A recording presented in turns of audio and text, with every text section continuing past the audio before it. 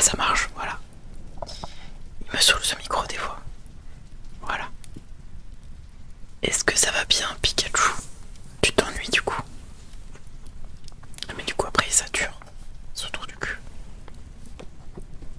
Aïe aïe aïe. Mais bon, pas trop envie de changer de micro. Pas trop les moyens non plus. Chapitre 16, non ça on l'avait fait. Chapitre 17, on l'avait lu aussi. On est rendu au chapitre 20 normalement. Hop. Yes, chapitre 20. Ah non, le micro il voulait pas là. Il est trop bizarre en vrai, je comprends pas pourquoi des fois il veut, des fois il veut pas. Je sais pas. Ouais, il voulait pas d'histoire, mais ça va. C'est pas. Mais n'hésitez pas à me dire si après il me bute. Attendez, je vais rebaisser un peu le gain parce qu'il est trop. Il galère trop là. Je vais mettre à 16, on sait jamais. Voilà. On va voir si ça va ou pas. Hop. Bon, du coup, il y aura la 4K, elle est disponible. Mais du coup, c'est moi qui la mettrai manuellement parce que ça marche pas. Coucou Eve, et je pense que en fait le truc qui était rendu à expiration, fallait le réactiver. Et comme j'avais lancé le live entre temps, je pense qu'il n'arrive pas à s'activer à cause de ça. La cam qui n'arrive pas parce que il fait noir. À l'aide. Coucou, je suis là. Bah, on va rester flou. Non, c'est bon. Y a rien qui marche ce soir à l'aide. Comment ça va? Trop bien ton émote. Trop bien. Bon, est-ce que vous êtes prêts pour la fin de l'histoire? Parce que ce soir on termine Harry Potter et le prisonnier d'Azkaban. Il nous reste 3 chapitres et c'est la fin.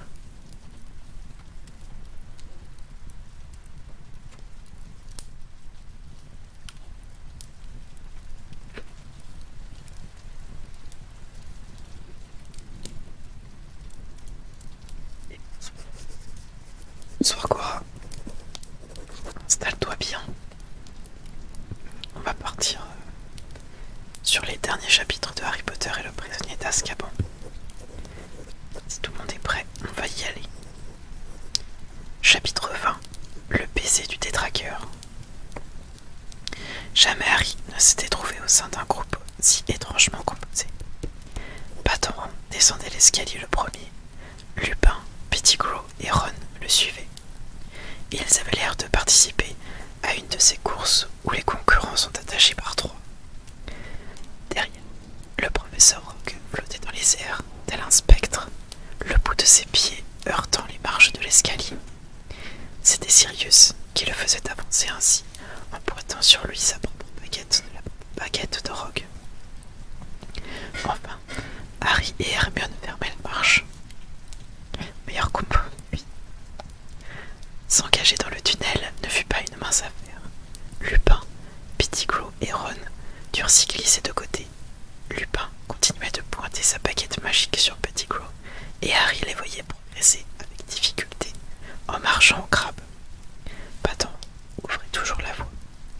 Harry se trouvait juste derrière Sirius, qui faisait avancer Rogue devant lui. Sa tête, qui ballottait sur ses épaules, se cognait sans cesse contre le plafond bas, et Harry eut l'impression que Sirius ne faisait aucun effort pour éviter ces chocs répétés. Et merci pour ton follow, Cora, merci beaucoup. Tu sais ce que ça signifie de livrer Pettigrew, dit soudain Sirius à Harry. Vous êtes libre, répondit Harry. Oui, mais je suis aussi... Je ne sais pas si quelqu'un te l'a jamais dit. Je suis ton parrain. Je le savais, dit Harry.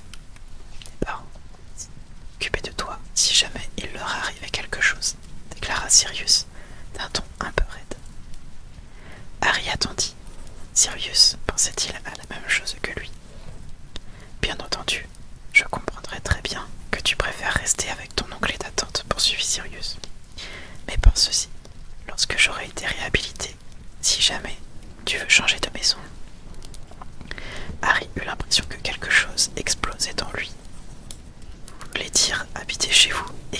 Dursley. Sous le coup de l'émotion, sa tête heurta un morceau de roc qui dépassait du plafond. « Je pensais bien que tu n'accepterais pas, dit précipitamment Sirius. Je comprends très bien. Je voulais simplement vous plaisanter, coupa Harry, la voix soudain aussi rauque que celle de Sirius. Bien sûr que je veux quitter les Dursley. Vous avez une maison. Quand est-ce que je peux m'installer? Sirius se retourna et le regarda dans les yeux. La tête de Rogue raclait le plafond, mais Sirius ne semblait pas s'en soucier le moins du monde. Tu veux vraiment venir? Dit-il. Oui, je veux vraiment, assura Harry. Sur le visage émacié de Sirius Black se dessina alors le premier vrai sourire que Harry lui ait jamais vu. La différence était saisissante. On aurait dit qu'un être de 10 ans plus jeune venait d'apparaître sous le masque des charnés. Pendant un instant, Harry reconnut l'homme qui riait sur la photo de mariage de ses parents. Ils ne dirent plus un mot jusqu'à ce qu'ils aient atteint le bout du tunnel. Patton escalada la porte le premier. Il avait dû appuyer la patte sur le nœud de la racine qui permettait d'immobiliser le seul cogneur, car Lupin, Pettigrew et Ron se hissèrent au dehors sans déclencher la fureur des branches. Sirius fit passer Rogue par l'ouverture, puis il s'effaça pour laisser sortir Harry et Hermione. Enfin, il se glissa dehors à son tour. Le parc était plongé dans l'obscurité. Ils avancèrent en silence en direction du château, dont on voyait les fenêtres briller au loin. De temps à autre, Pettigrew laissait échapper un gémissement. Les pensées se bousculaient dans la tête de Harry. Il allait quitter les Dursley pour habiter chez Sirius Black, le meilleur ami de ses parents. Il se sentait tout étourdi. Qu'arriverait-il quand il annoncerait aux Dursley qu'il allait vivre avec le prisonnier évadé qu'ils avaient vu à la télé? Un geste suspect, Peter, et menaça Lupin, sa baguette magique pointée sur la poitrine de Peter. Ils traversèrent le parc silencieusement. Les fenêtres du château se rapprochaient. Rogue continuait de flotter comme un fantôme devant Sirius, le menton rebondissant sur sa poitrine. Soudain, il y eut une éclaircie dans le ciel. De faibles ombres se dessinèrent. À présent, la lueur de clair de lune peignait les alentours. Rogue heurta Lupin, Pettigrew et Ron, qui s'étaient brusquement immobilisés. Sirius se figea, un bras tendu derrière lui pour faire signe à Harry et Hermione de s'arrêter également. Harry vit la silhouette de Lupin, qui semblait pétrifié, et remarqua que ses jambes se mettaient à trembler. « Oh là là !» bredouilla Hermione. « Il n'a pas pris sa potion ce soir, il va devenir dangereux. »« Fuyez !» murmura Sirius, « fuyez immédiatement !» Mais Harry ne pouvait s'y résoudre. Ron était enchaîné à Pettigrew et à Lupin. Il se précipita vers lui, mais Sirius le saisit par les épaules et le rejeta. « Laisse-moi faire, cours !» Un terrible grognement retentit. La tête de Lupin s'allongeait, son corps également. Ses épaules se voûtaient, des poils apparaissaient sur son visage, et ses mains qui se recourbaient pour former des pattes de griffes. Patton recula sa fourrure dressée sur son échine. Le loup-garou se cambra en faisant claquer ses longues mâchoires. Sirius avait disparu. Il s'était métamorphosé. L'énorme chien se précipita d'un bond. Lorsque le loup-garou se libéra de sa menotte qui l'attachait, le chien l'attrapa par le cou et le tira en arrière, loin de Ron et Pettigrew. Ils étaient à présent accrochés l'un à l'autre. Mâchoire contre mâchoire, leurs griffes se déchiraient férocement. Harry restait immobile, saisi par l'incroyable spectacle, trop absorbé par le coup, pour remarquer quoi que ce soit d'autre. Ce fut le cri d'Hermione qui l'alerta. Pettigrew avait plongé sur la baguette magique de Lupin. Ron, vacillant sur sa jambe cassée, tomba. Il y eut une détonation, un éclair, et Ron resta immobile sur le sol. Une autre détonation. Patton fut projeté en l'air et retomba par terre dans un petit tas informe. « Expelliarmus !» cria Harry, sa baguette magique pointée sur Pettigrew. La baguette de Lupin lui sauta des mains et s'envola en disparaissant dans l'obscurité. « Restez où vous êtes !» cria Harry. Il se rua sur lui, mais trop tard. Pettigrew s'était transformé. Sa queue de rat glissa de la menotte attachée au poignet de Ron, et Harry l'entendit étaler dans l'herbe.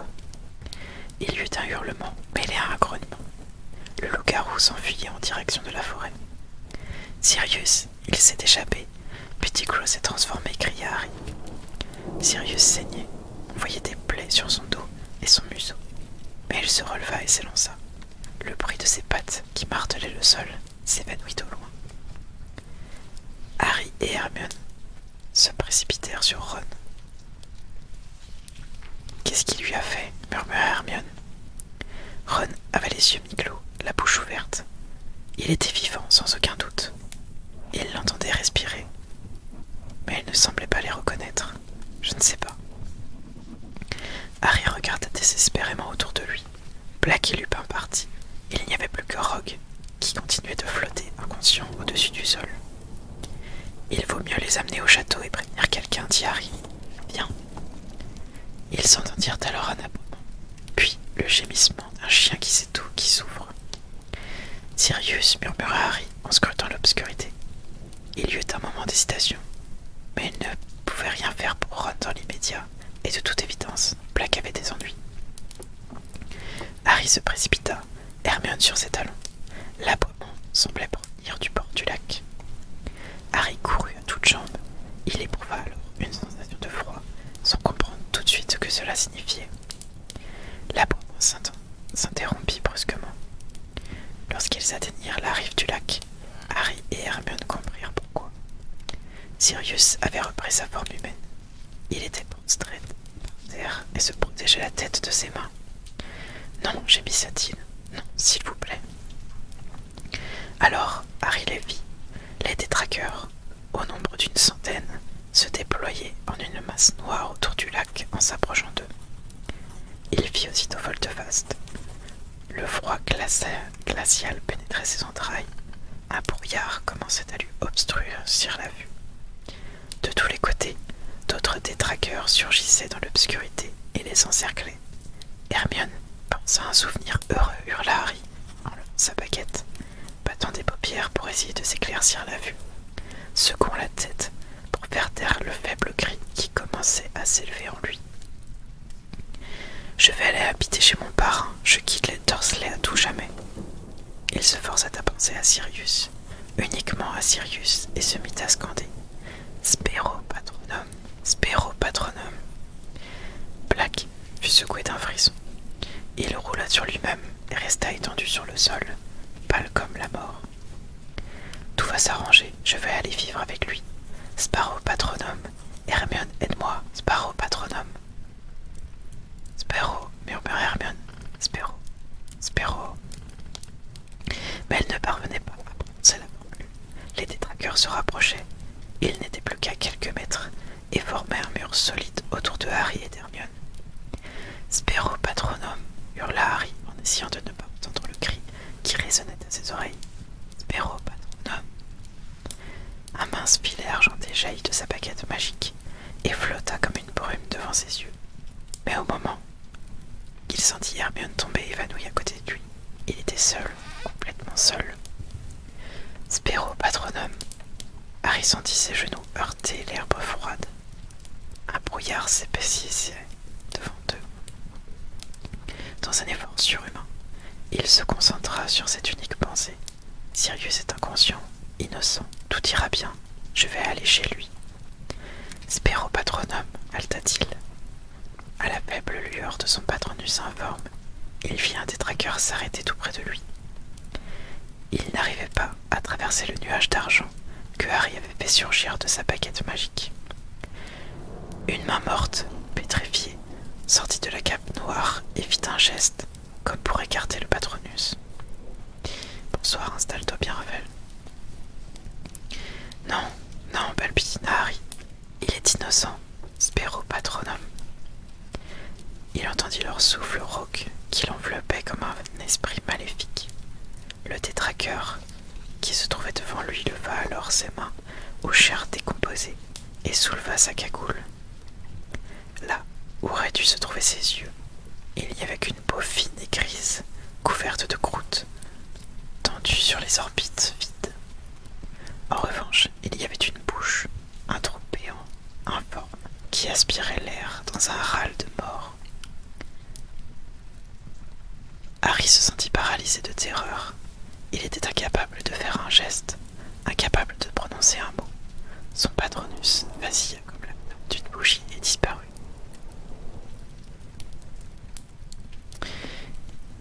Coucou Rapac, et oui Raphaël, mais c'est pas trop le live pour en parler pour l'instant, je fais de la l'ASMR. Un brouillard blanc l'aveuglait. Il fallait lutter à tout prix. Spero patronum. C'est il. Il ne voyait plus rien. Il entendit alors le hurlement familier, encore lointain. Spero patronum. Il chercha Sirius à tâtons et trouva son bras. Il ne les laisserait pas le capturer. Mais deux mains moites entourèrent soudain le cou de Harry et l'obligèrent à se relever. Il sentit le souffle du tétraqueur. Les cris de sa mère résonnaient à ses oreilles. Ce serait le dernier son qu'il entendrait. Alors, dans le brouillard qui l'engloutissait, il eut l'impression d'apercevoir une lueur argentée qui devenait de plus en plus brillante. Et il se sentit tomber en avant sur l'herbe, face contre terre, trop faible pour bouger, malade et tremblant. Ouvrit les yeux. Une lumière aveuglante illuminait l'herbe autour de lui. Les cris s'étaient tus. La sensation de froid disparaissait. Quelque chose repoussait les tétraqueurs, quelque chose qui les enveloppait, lui, Sirius et Hermione. Le râle des tétraqueurs s'éloignait, et ils s'en allaient. La chaleur était revenue. Rassemblant toutes les forces qui lui restaient, Harry leva la tête. Dans la lumière argentée, il vit un animal qui s'éloignait en galopant à la surface du lac. La vue brouillée par la sueur qui ruisselait sur son front, Harry essaya de reconnaître l'animal. Il avait le pelage brillant comme celui d'une licorne. S'efforçant de demeurer conscient, Harry le fit s'immobiliser sur la rive opposée. Pendant un instant, il distingua quelqu'un qui leva la main pour le caresser. Quelqu'un qui lui semblait étrangement familier, mais c'était impossible. Harry ne comprenait plus rien. D'ailleurs, il n'arrivait plus à réfléchir. Il sentit ses dernières forces l'abandonner, et sa tête retomba sur le sol. Il s'était évanoui. Et merci pour le follow. Hop, on a fini le chapitre. On peut parler un peu si vous voulez. Désolé pour les bruits, hein, c'est pour tout. Et ben tant mieux pour vous faire redécouvrir Harry Potter, c'est avec grand plaisir. Bah aujourd'hui en plus on va finir le livre 3. On commencera le 4 la semaine prochaine. Pas mardi d'ailleurs. Je bois un coup, j'arrive.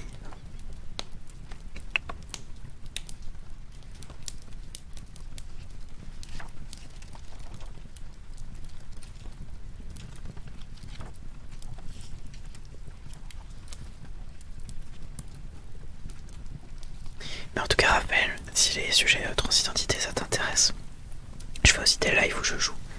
Et là, je parle beaucoup plus parce que bah, là, je fais de la SMR donc comme je regarde pas tout le temps le chat parce que je lis, bah, c'est moins sympa de parler quoi. Je parle très honnêtement de ça si ça te dit. Voilà pour le petit aparté. Il reste 2 chapitres, les loulous. Let's go. Chapitre 21. Le secret d'Hermione. Une histoire stupéfiante, vraiment stupéfiante. Un miracle qu'il n'y ait pas eu de mort. Jamais rien entendu de semblable. Une chance que vous ayez été là, Rogue. Merci, monsieur le ministre. Qui vous vaudra l'ordre de Merlin, 2e classe, et même 1re classe si je peux arranger ça.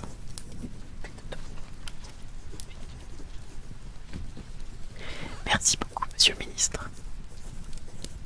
Le temps, il fait... Attends, je vais te dire ça.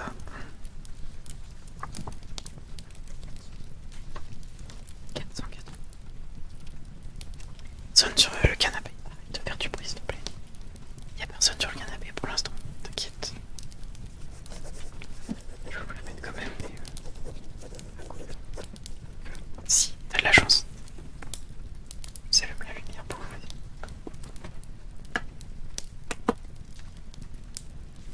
Ça, le toutou. Puis ça m'intéresse, j'ai des potes et moi-même. Qui est autre live de ça. Ouais, voilà, autre live pour parler de ça, y a pas de souci. Là où il y a le toutou. J'espère qu'il va se coucher. Très qui marche partout sur le paquet. Sur le parquet. Yes, on est bon. C'est parti. Ouais, il a fait exprès. Bah, nickel. Des points bien dépensés. Alors, merci beaucoup, monsieur le ministre. Vilaine coupure que vous avez là. L'œuvre de Black, j'imagine. En fait, je la dois à Potter, Weasley et Granger. Merci, monsieur le ministre. Black les avait ensorcelés. Je l'ai vu tout de suite, un sortilège de confusion, à en juger par leur comportement. Ils semblaient considérer qu'il était peut-être innocent. Ils n'étaient pas responsables de leurs actes. Mais tout de même, leur conduite aurait pu permettre à Black de s'enfuir. De toute évidence, ils étaient persuadés qu'ils pourraient le capturer à eux seuls. Jusqu'à présent, ils ont toujours réussi à s'en tirer à bon compte. J'ai peur que cela leur ait donné une opinion excessivement flatteuse d'eux-mêmes. Et bien entendu, Potter a toujours bénéficié d'une extraordinaire indulgence de la part du directeur de l'école. Ah, Potter, que voulez-vous, Rogue? Nous avons tous un faible pour lui. Pourtant, est-ce vraiment un service à lui rendre que de lui accorder un tel traitement de faveur? En ce qui me concerne, j'essaye de le considérer comme n'importe quel autre élève. Et n'importe quel autre élève serait à tout le moins... Attendez. Quel autre élève serait à tout le moins suspendu? D'accord, c'est comme ça que c'est écrit. Un certain temps pour avoir entraîné ses camarades dans une situation aussi périlleuse. Rendez-vous compte, monsieur le ministre, au mépris de tous les règlements, après toutes les précautions qui ont été mises en place pour sa protection, se promener ainsi hors de l'enceinte de l'école en pleine nuit, se compromettre avec un loup-garou et un assassin. Et j'ai également des raisons de croire que Potter s'est rendu à Préolard en toute illégalité. Mais ça me fait penser, j'ai complètement oublié de vous mettre Stream Avatar. Attendez, je vous mets ça.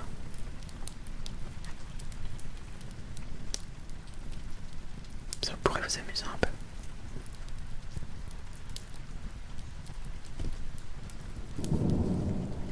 Si ça veut bien se lancer, bien entendu. Vas-y.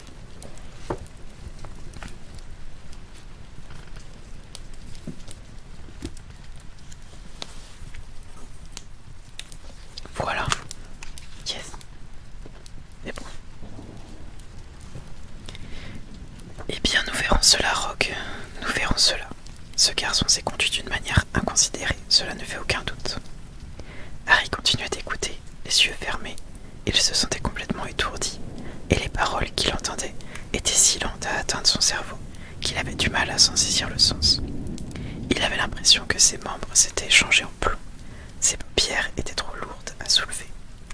Il aurait voulu rester allongé à tout jamais sur ce lit douillet. Ce qui me stupéfie le plus, c'est le comportement des détraqueurs. Vous n'avez aucune idée de ce qui les avait reculés, Rogue. Non, monsieur le ministre. Lorsque j'ai repris conscience, ils étaient en train de retourner à leur poste, aux entrées du parc. Extraordinaire, et pourtant, Harry et cette jeune fille. Ils s'étaient évanouis à ce moment-là, bien entendu. J'ai ligoté et bâillonné Black, et j'ai fait apparaître des brancards, et je les ai aussitôt ramenés au château. Il y eut un moment de silence. À mesure que son cerveau retrouvait peu à peu ses facultés, Harry éprouvait une sensation désagréable au creux de l'estomac, comme si quelque chose le rongeait de l'intérieur. Je suis content que ça te plaise, Raphaël. Il ouvrit les yeux. Tout lui semblait un peu flou. Il était allongé dans l'obscurité de l'infirmerie, et quelqu'un lui avait ôté ses lunettes. À l'autre bout de la salle, il distinguait la silhouette de Madame Pomme-Fraîche qui lui tournait le dos, penchée sur un autre lit. En plissant les yeux, Harry aperçut les cheveux roux de Ron sous le bras de Madame Pomme-Fraîche. Harry tourna la tête. Hermione était allongée sur le lit à côté de lui. Un rayon de lune éclairait son visage. Elle aussi avait ouvert les yeux. Elle paraissait pétrifiée, et lorsqu'elle vit que Harry avait repris conscience, elle posa un doigt sur ses lèvres pour lui indiquer de faire silence, en pointant l'index sur son autre main vers la porte de l'infirmerie. La porte était entrouverte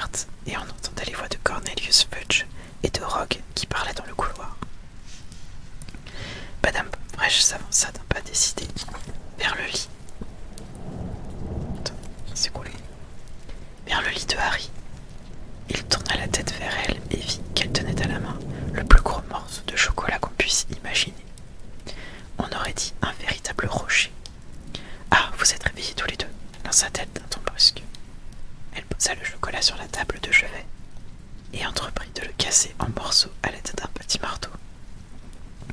Comment va Ron demandèrent Harry et Hermione d'une même voix. Il survivra, répondit sombrement Madame Pomme-Fraîche. Et vous deux, vous allez rester ici jusqu'à ce que... Potter, qu'est-ce que vous faites? Harry s'était redressé. Il remit ses lunettes et prit sa baguette magique. Je dois absolument voir le directeur, dit-il. Potter, dit Madame Pomme-Fraîche d'une voix apaisante. Tout va bien, ils ont capturé Black. Il est enfermé là-haut. Les détraqueurs vont lui donner un baiser d'un moment à l'autre. Quoi? Harry sauta d'un pas du lit. Hermione l'avait imité, mais son cri était parvenu jusqu'au couloir et un instant plus tard, Cornelius Fudge et Rogue firent irruption dans la salle. Tant mieux si vous vous amusez bien. Harry, qu'est-ce qu'il y a? Dit Fudge, inquiet. Tu dois rester au lit. Est-ce qu'il a pris son chocolat? Demanda-t-il à Madame Pomme-Fraîche d'un ton anxieux. Monsieur le ministre, écoutez-moi, s'exclama Harry. Sirius Black est innocent. Peter Pettigrew a fait croire à sa propre mort. On l'a vu ce soir. Il ne faut pas laisser les détraqueurs faire ça à Sirius. Il est... Mais Fudge hocha la tête avec un pâle sourire. Harry, tu as l'esprit. Tu as subi une terrible épreuve. Allonge-toi et repose-toi. Nous avons la situation bien en main. Vous ne l'avez pas du tout en main, hurla Harry. Vous avez arrêté un innocent. Monsieur le ministre, écoutez-moi s'il vous plaît, dit Hermione, regardant Fudge d'un air humble. Moi aussi je l'ai vu. C'était le rat de Ron. C'est un animagus. Pettigrew. Je veux dire, et... Vous voyez, monsieur le ministre, intervient Rogue. Ils ne savent plus où ils en sont, ni l'un ni l'autre. Black a fait des bons travail avec son sortilège. Nous savons très bien où nous en sommes, rugit Harry. Monsieur le ministre, professeur, s'exclama Madame Pomme-Fraîche avec colère. Je dois vous demander de sortir. Potter est mon malade, et il ne faut pas le bouleverser. Je ne suis pas bouleversé du tout. J'essaye de leur dire ce qu'il s'est passé, répliqua Harry furieux. Si seulement il voulait bien m'écouter. Mais Madame Pomme-Fraîche lui fourra soudain dans la bouche un gros morceau de chocolat qui l'étouffa à moitié, et elle en profita pour se remettre au lit. S'il vous plaît, monsieur le ministre, ces enfants ont besoin de soins. Allez-vous-en, je vous en prie. La porte s'ouvrit à nouveau. Cette fois, c'était Dumbledore. Harry avala à grand-peine sa bouchée de chocolat et se leva à nouveau. Professeur Dumbledore, Sirius Black. Pour l'amour du ciel, s'exclama Madame Pomme-Fraîche. Folle de rage, c'est une infirmerie ici, monsieur le directeur. Il faut absolument... Toutes mes excuses pour vous. Mais il faut... Alors, je sais qu'il y en a qui disent... Je sais pas, j'ai toujours dit bonbon, je sais pas. Mais j'ai besoin de dire un mot à Monsieur Potter et à Miss Granger, répondit Dumbledore, très calme. Je viens de parler à Sirius Black. J'imagine qu'il vous a raconté la même conte de fées qu'il a fourré dans la tête de Potter, dit sèchement Rogue. Une histoire de rat et de Pettigrew qui est encore vivant. C'est en effet l'histoire qu'il m'a racontée, Black, admit Dumbledore en regardant attentivement Rogue à travers ses lunettes de demi-lune. Mon témoignage n'a donc aucune importance, répliqua Rogue. Peter Pettigrew ne se trouvait pas dans la cabane hurlante. Je n'ai pas vu trace de lui dans le parc. C'est parce que vous étiez évanoui, professeur, dit gravement Hermione. Vous n'êtes pas arrivé à temps pour entendre. Miss Granger, je vous prie de vous taire. Allons, Rogue, dit Fudge, surpris. Cette jeune femme a subi un choc. Nous devrions nous montrer indulgents. J'aimerais parler à Harry et Hermione en particulier, dit Dumbledore d'un ton brusque. Cornelius, Severus, pardon. Bon, laissez-nous, je vous prie. Monsieur le directeur, balbutia Madame Pomme-Fraîche, ils ont besoin de soins, ils ont besoin de repos. Désolé, mais ça ne peut pas attendre. J'insiste, répliqua Dumbledore. Madame Pomme-Fraîche eut une moue indignée et retourna dans son bureau, à l'autre bout de la salle. En claquant la porte derrière elle, Fudge consulta la grosse montre en or dont la chaîne pendait à son gilet. Les détraqueurs ont dû arriver à présent, dit-il. Je vais aller à leur rencontre. Dumbledore, je vous retrouverai là-haut. Il traversa la salle, éteint la porte ouverte à Rogue, mais celui-ci ne bougea pas. J'imagine que vous ne croyez pas un mot de l'histoire de Black, murmura Rogue en regardant fixement Dumbledore. Je souhaite parler à Harry et Hermione en particulier, répéta Dumbledore. Rogue fit un pas vers lui. Sirius Black a montré dès l'âge de 16 ans qu'il était capable de commettre un meurtre, dit-il dans un souffle. J'espère que vous ne l'avez pas oublié, monsieur le directeur. Vous n'allez pas oublier qu'un jour il a essayé de me tuer. Ma mémoire est toujours aussi fidèle, Severus, répondit Dumbledore d'une voix paisible. Rogue tourna les talons et franchit la porte que Fudge tenait toujours ouverte. Lorsqu'elle se fut refermée sur eux, Dumbledore se tourna vers Harry et Hermione, qui se mirent aussitôt à parler en même temps. Et c'est vrai qu'il est bien ce tome-là. Professeur, Black dit la vérité. Nous avons vu Pettigrew. Il s'est enfui quand le professeur Lupin s'est changé en loup-garou. C'est un rat. Mais Dumbledore leva la main pour les faire taire. À vous d'écouter maintenant, et je voudrais que vous me laissiez aller jusqu'au bout sans m'interrompre, car nous n'avons pas beaucoup de temps, dit-il avec calme. Il n'y a pas l'ombre d'une preuve qui puisse confirmer l'histoire de Black, à part votre témoignage, et le témoignage de 2 jeunes sorciers de 13 ans ne convaincra personne. Des dizaines de témoins ont juré qu'ils avaient vu Sirius tuer Pettigrew. J'ai moi-même certifié au ministère que Sirius avait été le gardien du secret des Potter. Le professeur Lupin pourra vous raconter, l'interrompit Harry, incapable de garder le silence plus longtemps. Le professeur Lupin se trouve actuellement en plein cœur de la forêt, et il est bien incapable de raconter quoi que ce soit à quiconque. Quand il sera redevenu un être humain, il sera trop tard. Sirius sera pire que mort. J'ajoute que les loups-garous inspirent une telle méfiance que la plupart d'entre nous... Attendez, ah oui, voilà. Une telle méfiance à la plupart d'entre nous que sa parole ne comptera pas beaucoup. En plus, Sirius et lui sont de vieux amis. Mais, écoute-moi Harry, il est trop tard, tu comprends. Tu dois admettre que la version du professeur Rogue est beaucoup plus convaincante que la tienne. Il déteste Sirius, dit Hermione d'un ton désespéré. Tout ça, c'est à cause de cette farce stupide. Sirius n'a pas eu le comportement d'un innocent. Souvenez-vous de l'attaque de la grosse dame. Et puis, il a pénétré dans la tour de Gryffondor armé d'un couteau. Sans Pettigrew, nous n'avons aucune chance de modifier le jugement qui condamne Sirius. Mais vous nous croyez? Oui, je vous crois, dit Dumbledore. Mais je n'ai pas le pouvoir de convaincre les autres de la vérité, ni d'annuler les décisions du ministère de la magie. Ok, attendez, je bois un coup. Je me mute.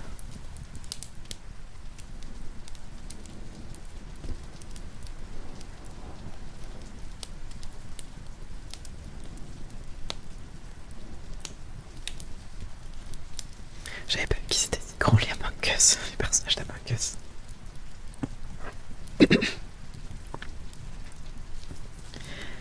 J'étais rendu où?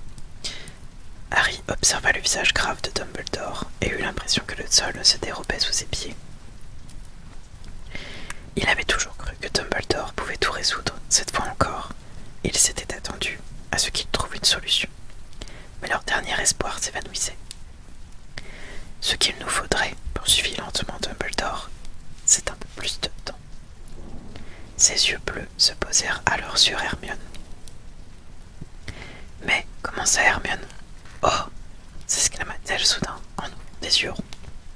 Maintenant, écoutez-moi bien, dit Dumbledore à voix basse, en articulant très soigneusement. Sirius est enfermé dans le bureau du professeur Flitwick au 7e étage, la 13e fenêtre à droite de la tour ouest. Si tout se passe bien, vous pourrez sauver plus d'un innocent ce soir. Mais rappelez-vous ceci, tous les deux. Il ne faut pas que l'on vous voie. Miss Granger, vous connaissez la loi. Vous connaissez l'enjeu. Il ne faut surtout pas que l'on vous voie. Harry n'avait aucune idée de ce qu'il se passait. Dumbledore s'approcha de la porte et se tourna vers eux. Je vais verrouiller la porte. Il est minuit moins 5, dit-il en consultant sa montre. Miss Granger, 3 tours devraient suffire. Bonne chance. Bonne chance, répéta Harry, tandis que la porte se refermait sur Dumbledore. 3 tours. Qu'est-ce qu'il a voulu dire? Qu'est-ce qu'on doit faire? Mais Hermione avait passé la main dans le col de sa robe et elle en retira une très longue et très fine chaîne d'or qu'elle portait autour du cou. Viens ici, Harry, dit-elle précipitamment. Vite. Abasourdi, Harry s'avança vers elle. Hermione tenait la chaîne devant elle. Il vit alors un minuscule sablier qui y était accroché. passa également la chaîne autour du cou. Prêt, dit-elle, le souffle court. Qu'est-ce qu'on va faire demanda Harry, complètement déboussolé. Hermione fit tourner le sablier 3 fois. La salle de l'infirmerie s'effaça soudain. Harry eut l'impression qu'il s'était mis à voler en arrière à une vitesse vertigineuse.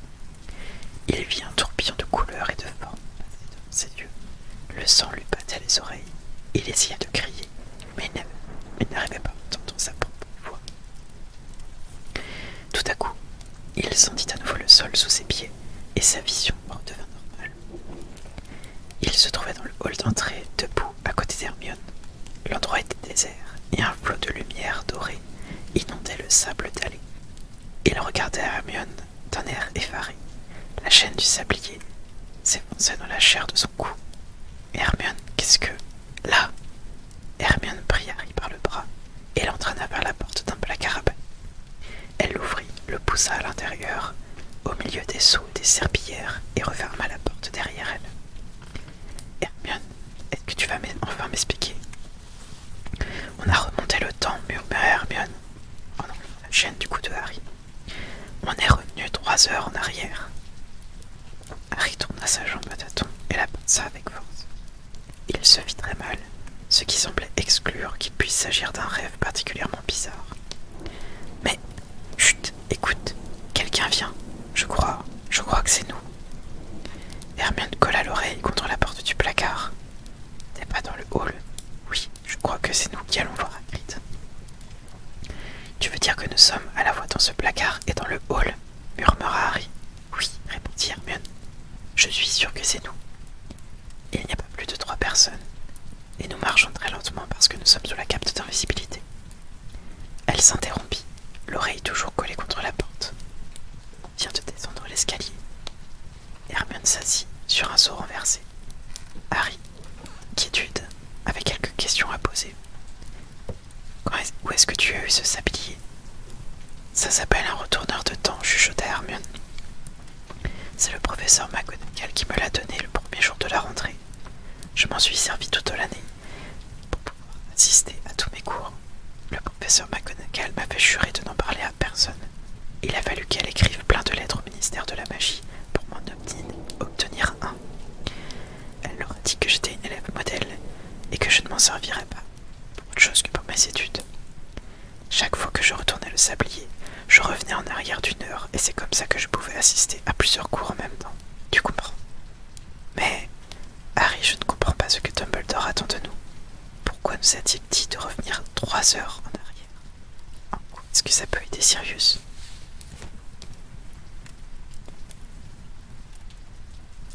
Harry regarda Hermione dont le visage était plongé dans la pénombre. Il y a sans doute quelque chose qui s'est produit à ce moment-là, et qu'il veut qu'on change, dit-il lentement. Il y a 3 heures, on est allé voir Hagrid dans sa cabane, et Dumbledore a dit. Il a dit qu'on pouvait sauver plus d'un innocent ce soir. Harry comprit soudain. C'est parce que c'est moi qui dois accepter, je crois, Pikachu. Je sais même pas comment on fait avec Stream Avatar, je t'avouerai. Mais je sais qu'on peut se faire des câlins normalement. Coucou Jessie, ça va? Je sais plus comment on fait les câlins par contre. C'est un truc genre enlacé ou un truc comme ça. Et après tu mets le pseudo de la personne. J'avais essayé de changer ça en câlin mais j'arrive pas. Comment ça va Jessie? Hermione, on va sauver la vie de Puck. Mais en quoi cela peut être Sirius? Dumbledore nous a dit qu'il se trouvait à la fenêtre du bureau de Flitwick, là où il est enfermé. Il faut que nous volions jusqu'à cette fenêtre, sur le dos de Puck, pour sauver Sirius. Sirius pourra s'échapper grâce à Puck, et ils pourront s'échapper tous les deux. Jessie, mais en fait, j'avais déjà prévu ce live et je me suis dit, oh, c'est la fin du livre, je vais pas, tu vois. Et comme demain, demain je me lève à 5h30, ça va, c'est ok, tu vois. Mais le lendemain, je me lève à 4h. Et du coup, je me dis, bah, je vais bien me déchirer la gueule demain, comme ça, demain soir, je vais dormir sûr, parce que je me connais. À 3h du matin, je vais être encore à regarder mon plafond. Donc le but, c'est de me déchirer vraiment, tu vois. Et comme ça, demain, ça devrait le faire. Voilà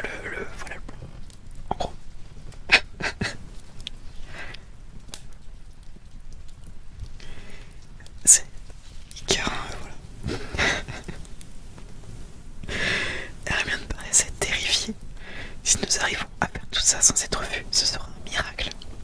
Il faut qu'on essaye, dit Harry. Il colla à son tour son oreille contre la porte. Ouais, il n'y a aucun problème dans le plan, franchement. It's ok. Je crois qu'il n'y a personne. Viens, on y va. Harry ouvrit la porte du placard. Le hall d'entrée était désert. Ils sortirent le plus vite possible de leur cachette, sans faire de bruit, puis descendirent les marches qui menaient dans le parc. À nouveau, un liseré d'or entourait la cime des arbres de la forêt interdite, et les ombres s'allongeaient autour d'eux. Si jamais quelqu'un regarde par la fenêtre, dit Hermione d'une petite voix aiguë, en jetant un coup d'œil à la façade du château. On va courir, dit Harry d'un ton décidé. Droit dans la forêt, d'accord? On se cachera derrière un arbre, et on regardera ce qui se passe. Tu as loupé ma momocam. Ah, j'ai pas vu. Attends, oui, parce que ça marche pas le logiciel aujourd'hui. Du coup, hop, voilà. Yes. Oh, les cheveux, c'est pas possible, bref. D'accord, on va passer derrière les cerfs. Il faut surtout pas qu'on puisse être vu depuis la cabane de Hagrid. Sinon, nous nous verrons nous-mêmes. On a dû arriver tout près de chez Hagrid maintenant. Harry s'élança à toutes jambes, suivi d'Hermione. Ils coupèrent par le potager jusqu'aux cerfs, firent une halte en se cachant derrière, puis partirent à toute vitesse jusqu'à la forêt. Parvenu à l'abri des arbres, Harry se retourna. Un instant plus tard, Hermione arriva à son tour, hors d'haleine. Ah.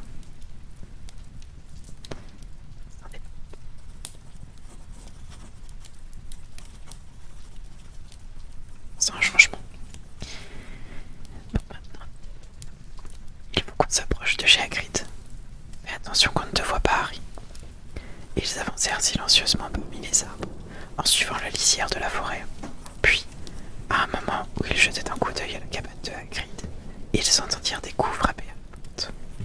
Ils se cachèrent aussitôt derrière un grand chêne et regardèrent prudemment, chacun d'un côté du tronc. Hagrid venait d'apparaître à sa porte, pâle et tremblant, jetant des regards autour de lui pour voir qui avait frappé.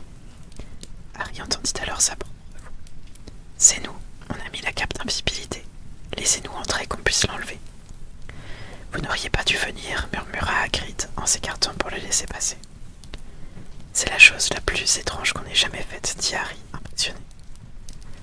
Alors, un peu plus loin. Oui, monsieur étant, ça fait des revendications.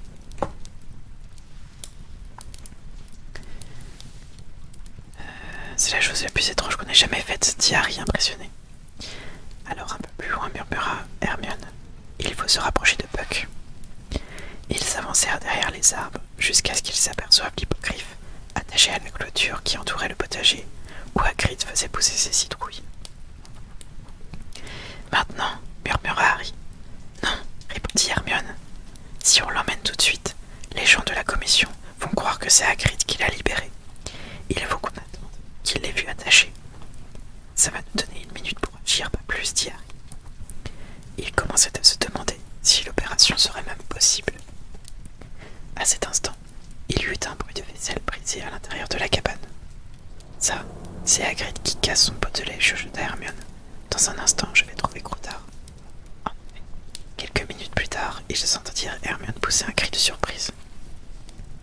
Hermione, dit soudain Harry, et si on se précipitait dans la cabane pour attraper Petit Gros? Non, répliqua Hermione, apeurée. Tu ne comprends donc pas. On est en train de violer une des lois les plus importantes du monde de la sorcellerie. Personne n'a le droit de changer le cours du temps. Personne. Tu as entendu Dumbledore. Si on nous voit, il n'y a que nous et Hagrid qui nous verrons.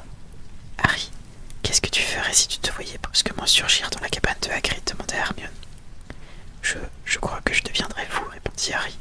Ou alors je penserais qu'il y a de la magie noire là-dessous. Exactement. Tu ne comprendrais pas. Et peut-être même que tu t'attaquerais toi-même. Le professeur McGonagall m'a raconté des choses horribles qui sont arrivées à des sorciers parce qu'ils avaient cherché à modifier le temps. Certains se sont tués eux-mêmes par erreur dans le passé ou dans leur futur. D'accord, dit Harry. C'était simplement une idée en l'air. Hermione lui donna alors un coup de coude et lui montra le château du doigt. Dumbledore, Fudge, le vieillard de la commission et McNair, le bourreau, descendaient l'escalier. On ne va pas tarder à sortir, murmura Hermione. En effet, un La porte s'ouvrit de l'arrière de la cabane, et Harry se fit sortir en compagnie de Ron et d'Hermione et de Hagrid.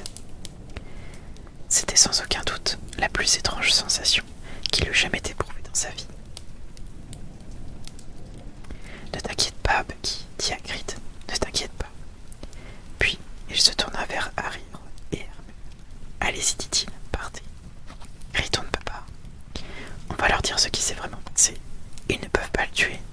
Filez, j'ai déjà suffisamment difficile, inutile de chercher les ennuis. Non, faut pas jouer avec le temps. Harry regarda l'Hermione du potager jeter la cape d'invisibilité sur lui-même et Ron. Dépêchez-vous, n'écoutez pas. Ils entendirent des coups frapper à la porte de la cabane. Les exécuteurs étaient arrivés. Hagrid fit volte-face et retourna dans sa cabane en laissant la porte des derrière entrouverte. Harry vit l'herbe s'aplatir sous leurs pieds invisibles, tandis qu'ils s'éloignaient de l'abri sous la cape. Ron, Hermione et lui avaient disparu, mais le Harry et l'Hermione cachés derrière les arbres entendaient à présent, par la porte restée entrouverte, ce qui se disait à l'intérieur de la cabane. « Où est l'animal » demanda la voix glacée de McNair. « Dehors » répondit Hagrid d'une voix rauque. Harry se cacha derrière l'arbre, en McNair apparaître à la fenêtre pour garder Puck. Ils entendirent alors la voix de Fudge. « Non, nous devons vous lire la déclaration officielle concernant l'exécution, Hagrid. Je serai bref, ensuite, vous la signez conjointement avec McNair, vous devez également écouter le texte de la déclaration. Question de procédure. » Le visage de McNair disparut de la fenêtre. C'était maintenant ou jamais. « Attends-moi ici, » murmura Harry à Hermione. « J'y vais. » Harry courut toutes jambes, sauta par-dessus la clôture qui entourait le potager et se précipita sur Puck. Pendant ce temps, Fudge lisait son papier officiel. Par décision de la commission d'examen des créatures dangereuses, l'hippogriffe appelé Puck, ci-après dénommé le condamné, sera exécuté à la date du 6 juin au coucher du soleil.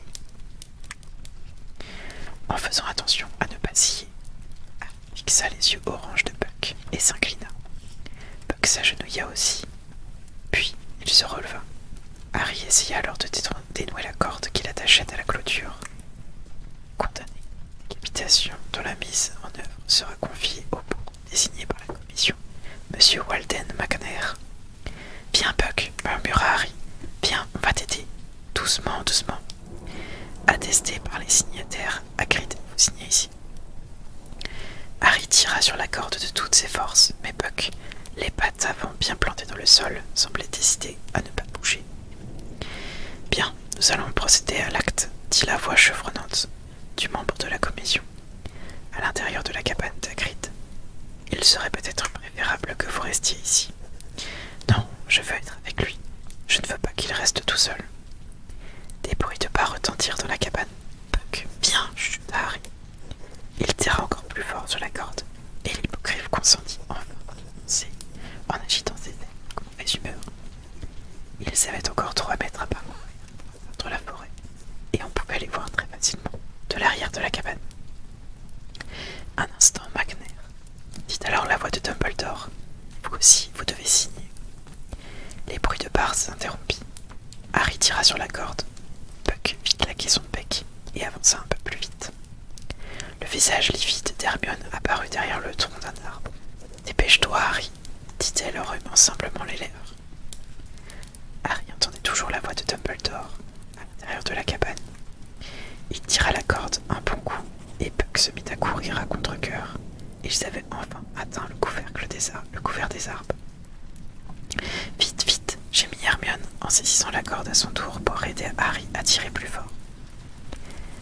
Harry regarda par-dessus son épaule. On ne pouvait plus les voir à présent.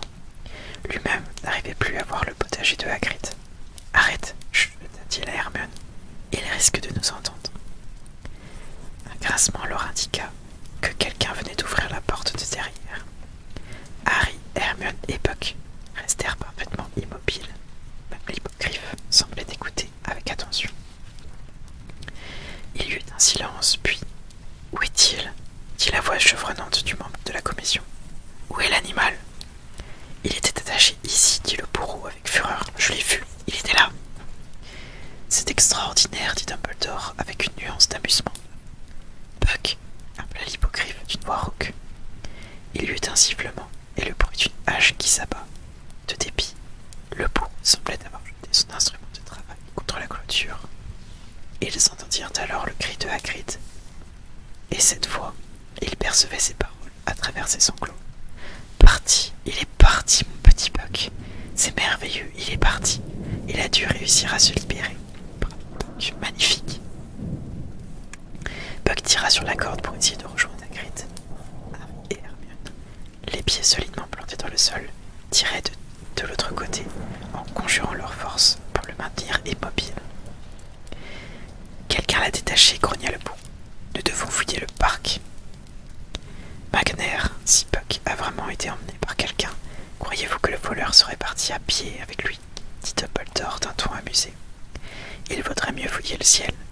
Hagrid, je porterai bien une tasse de thé ou un grand cognac. Bien sûr, professeur, répondit Hagrid, qui semblait ne pas croire à son bonheur. Venez entrer. Harry et Hermione entendirent des bruits de pas, un juron prononcé par le bout, claquement de la porte, puis le silence revint. Et maintenant, murmura Harry, en regardant autour de lui. On va rester caché ici, dit Hermione, visiblement bouleversée. Il faut d'abord qu'il retourne au château. Ensuite, nous attendrons le meilleur moment pour faire voler Buck jusqu'à la fenêtre de Sirius. Il ne sera là-haut que dans 2 heures. Ça va être très difficile. Elle jeta un regard anxieux dans les profondeurs de la forêt. Le soleil se couchait à présent. Il faudrait aller un peu plus loin, dit Harry. Si nous voulons savoir où nous en sommes dans le déroulement du temps, nous devons attendre dans un endroit où nous pourrons l'entrée du sol cogneur et en sortir. Tu as raison, approuva Hermione. Il faut que nous restions hors de vue, souviens-toi. Ils suivirent la lisière de la forêt, éclairée par les dernières lueurs du jour. Enfin, ils s'arrêtèrent à l'abri d'un bouquet d'arbres, d'où ils pouvaient voir le sol cogneur. Voilà Ron, dit soudain Harry. Sa silhouette sombre courait dans la pelouse et ses cris se répercutaient en écho dans l'air immobile de la nuit. Laissez-le tranquille. Laisse-le tranquille. Allez, va-t'en. Gros-tard, viens ici. 2 autres silhouettes surgirent dans l'obscurité. Harry se regarda courir après Ron en compagnie d'Hermione. Puis, il vit Ron plongé par terre. Je t'ai eu, vite d'ici, sale chat. Voilà Sirius, dit Harry. L'énorme chien venait de bondir du sol. Il le vit renverser Harry, puis attraper Ron. Ça paraît encore pire vu d'ici, tu ne trouves pas, dit Harry, en regardant le chien tirer Ron entre les racines de l'arbre. Aïe, regarde, je viens de prendre la figure, et toi aussi. C'est vraiment bizarre de se voir comme ça. Ils regardèrent le sol cogneur donner de grands coups de branche qu'ils essayaient d'éviter. Puis, soudain, l'arbre s'immobilisa. Ça, c'est pas ton roux qui appuie sur la racine, dit Hermione. Ça y est, on entre. Dès qu'ils eurent disparu dans le tronc, l'arbre se remit à gesticuler avec fureur. Quelques instants plus tard, ils entendirent le bruit de pas qui se rapprochaient. Dumbledore, McNair, Fudge et le vieux membre de la commission retournaient au château. Juste après qu'on ait descendu dans le passage, dit Hermione, si seulement Dumbledore était venu avec nous. McNair et Fudge seraient venus aussi, dit Harry d'un ton amer, et je te parie ce que tu veux que Fudge aurait ordonné McNair de tuer Sirius sur le champ. Ils regardèrent les 4 hommes monter l'escalier et disparaître à l'intérieur du château. Les environs étaient déserts à présent, mais quelques minutes plus tard, voilà Lupin, dit Harry.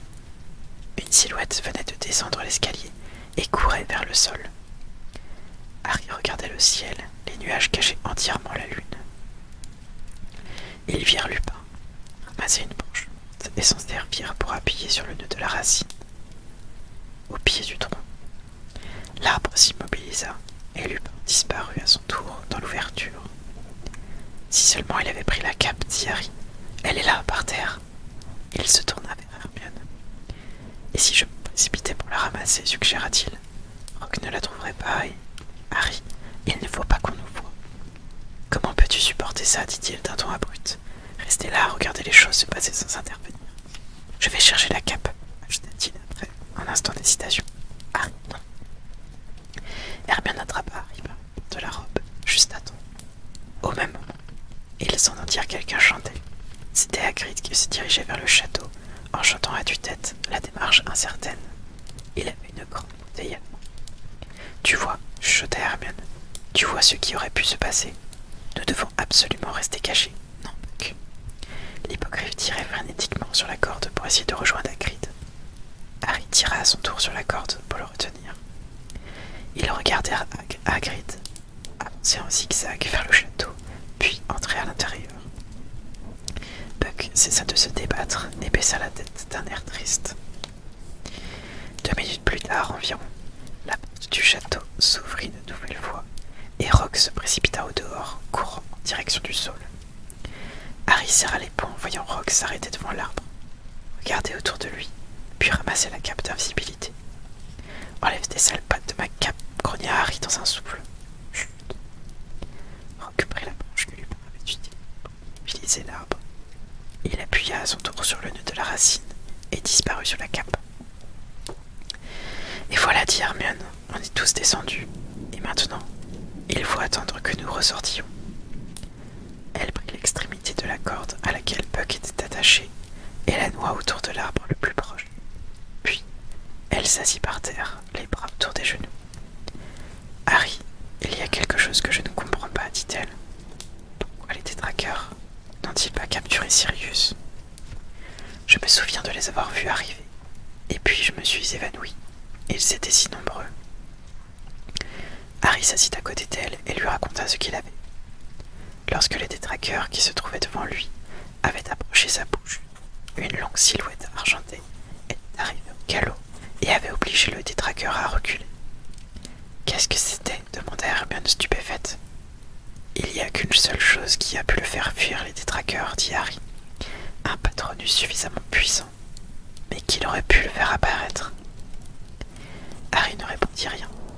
Il repensait à la personne qu'il avait vue sur la rive opposée du lac, une personne dont il croyait connaître l'identité. Mais comment était-ce possible? Un professeur peut-être, suggéra Hermione. Non, ce n'était pas un professeur, répondit Harry. Il fallait un sorcier au pouvoir très puissant pour chasser tous ces détraqueurs. Si le patronus brillait à ce point, tu aurais dû le voir qu'il a. Je l'ai vu, dit lentement Harry. Mais peut-être que je l'ai imaginé. Je n'avais pas l'esprit très clair, je me suis évanouie juste après. C'était qui, à ton avis? Je crois... Harry s'interrompit. Il savait ce qu'il allait dire. Il savait que ce qu'il allait dire paraissait absurde. Je crois que c'était mon père, murmura-t-il. Hermione resta bouche bée. Elle le regardait avec un mélange d'inquiétude et de compassion. Harry, ton père, il est mort, dit-elle à voix basse. Je le sais, répondit précipitamment Harry. Tu crois que tu as vu son fantôme? Je ne sais pas. Non, il avait l'air bien vivant. Mais alors? Peut-être que j'ai eu une hallucination, dit Harry. Mais d'après ce que j'ai vu, il lui ressemblait. J'ai des photos de lui. Hermione continuait de l'observer, comme si elle s'inquiétait pour sa santé mentale. Je sais que ça semble dément, reprit Harry. Il se tourna vers Buck, qui creusait le sol avec son bec, à la recherche de vers de terre. Mais ce n'était pas à l'hippogriffe qu'il pensait, c'était à son père et ses 3 amis. Luna, Queue de Verre, Padmol et Corne-Dru. Est-ce que tous les 4 s'étaient trouvés dans le parc cette nuit? Queue de Verre avait répandu que tout le monde le croyait mort. Était-il donc impossible que son père ait fait de même? Aurait-il eu une vision? La silhouette était trop lointaine pour la voir distinctement. Pourtant, il avait eu cette impression dans l'instant où il avait précédé son évanouissement. La brise agita les feuilles au-dessus de leur tête. La lune apparaissait et disparaissait derrière les nuages qui filaient. Hermione attendait, le regard fixé sur le sol. Enfin, après plus d'1 heure, on arrive, murmura Hermione. Ils se relevèrent passa la tête. Ils virent Lupin, Ron et Pettigrew s'extraire maladroitement de l'ouverture au pied de l'arbre, suivi de Rogue, inconscient, qui flottait dans les airs. Ce fut ensuite le tour de Harry, Hermione et Black. Ils se dirigèrent vers le château. Le cœur de Harry se mit à battre à toute trompe. Il leva les yeux au ciel. À tout moment, la lune allait apparaître derrière le nuage. Harry murmura à Hermione comme si elle avait deviné ses pensées. Nous ne devons surtout pas bouger. Il ne faut pas que l'on nous voie. De toute façon, nous ne pouvons rien faire. Alors on va laisser Pettigrew s'échapper une fois de plus, dit Harry à voix basse. Comment pourrait-on retrouver un rat dans le noir, répondit Hermione. On ne peut rien. Nous sommes revenus pour aider Sirius. Nous ne devons rien faire d'autre. D'accord. Le nuage dévoila la lune. Ils virent les minuscules scintillements au loin. Lupin était en train de se transformer, murmura Hermione. Hermione dit soudain à Harry. Nous ne pouvons pas rester ici. Il ne faut surtout pas bouger, je te le répète. Mais Lupin, il va se précipiter dans la forêt, droit sur nous. Hermione laissa échapper un cri de terreur. Vite, dit-elle en se précipitant pour détacher Buck. Vite, où est-ce qu'on peut se cacher? Les détraqueurs ne vont pas tarder à apparaître. On retourne chez Hagrid, dit Harry. Il n'est pas chez lui en ce moment. Viens. Ils coururent à toute vitesse en tirant Buck derrière eux. Ils entendaient à présent les hurlements du loup-garou. La cabane était en vue. Harry se précipita sur la porte, l'ouvrit à la volée et laissa passer Hermione et l'hippogriffe. Puis, il se rua à l'intérieur et verrouilla la porte derrière lui. Croque-Dur, le molosse de Hagrid, se mit à aboyer bruyamment. « Tais-toi, Croque-Dur, c'est nous, dit Hermione en le caressant derrière les oreilles pour le calmer. On l'a échappé belle, oui. Harry regarda par la fenêtre. D'ici, il était beaucoup plus difficile de voir ce qu'il se passait. Buck semblait ravi de se retrouver dans la maison de son maître. Il s'allongea devant la cheminée, replia minutieusement ses selles et se prépara à faire un somme. Je ferais mieux de retourner dehors, dit Harry. D'ici, ne vois rien, on risque de ne pas arriver à temps. Hermione se tourna vers lui, l'air soupçonneux. Je te promets que je ne tenterai rien, dit précipitamment Harry. Mais si nous ne voyons pas ce qui se passe, comment saurons-nous qu'il est temps d'aller chercher Sirius? D'accord, j'attends ici avec Buck. Mais fais attention, il y a un loup-garou dans le coin et des détraqueurs. Harry ressortit et contourna la cabane. Il entendit des aboiements au loin. Cela signifiait que les détraqueurs s'approchaient de Sirius. Dans un instant, Hermione, lui, allait se précipiter à son secours. Harry regarda en direction du lac. Il avait l'impression que son cœur battait le tambour dans sa poitrine. Celui qui avait crié le Patronus allait apparaître d'un moment à l'autre. Pendant un instant, il resta là, indécis, devant la cabane de Hagrid. Il ne faut pas qu'on nous voie. Il ne faut pas nous. C'était lui qui voulait voir. Il fallait qu'il sache. Le bras où est.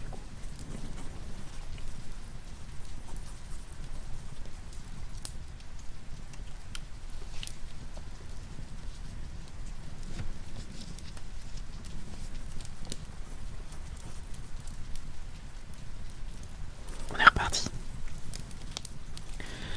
J'ai pas jeté mon Les détraqueurs apparurent. Ils arrivaient de partout, surgissant des ténèbres, glissant le long des rives du lac. Ils s'éloignaient de l'endroit où se trouvait Harry, en direction de la rive opposée. Il n'avait pas besoin de s'approcher d'eux. Harry se mit à courir. Il ne pensait plus à rien d'autre qu'à son père. Si c'était lui, si c'était vraiment lui, il fallait qu'il le sache. Il le fallait à tout prix.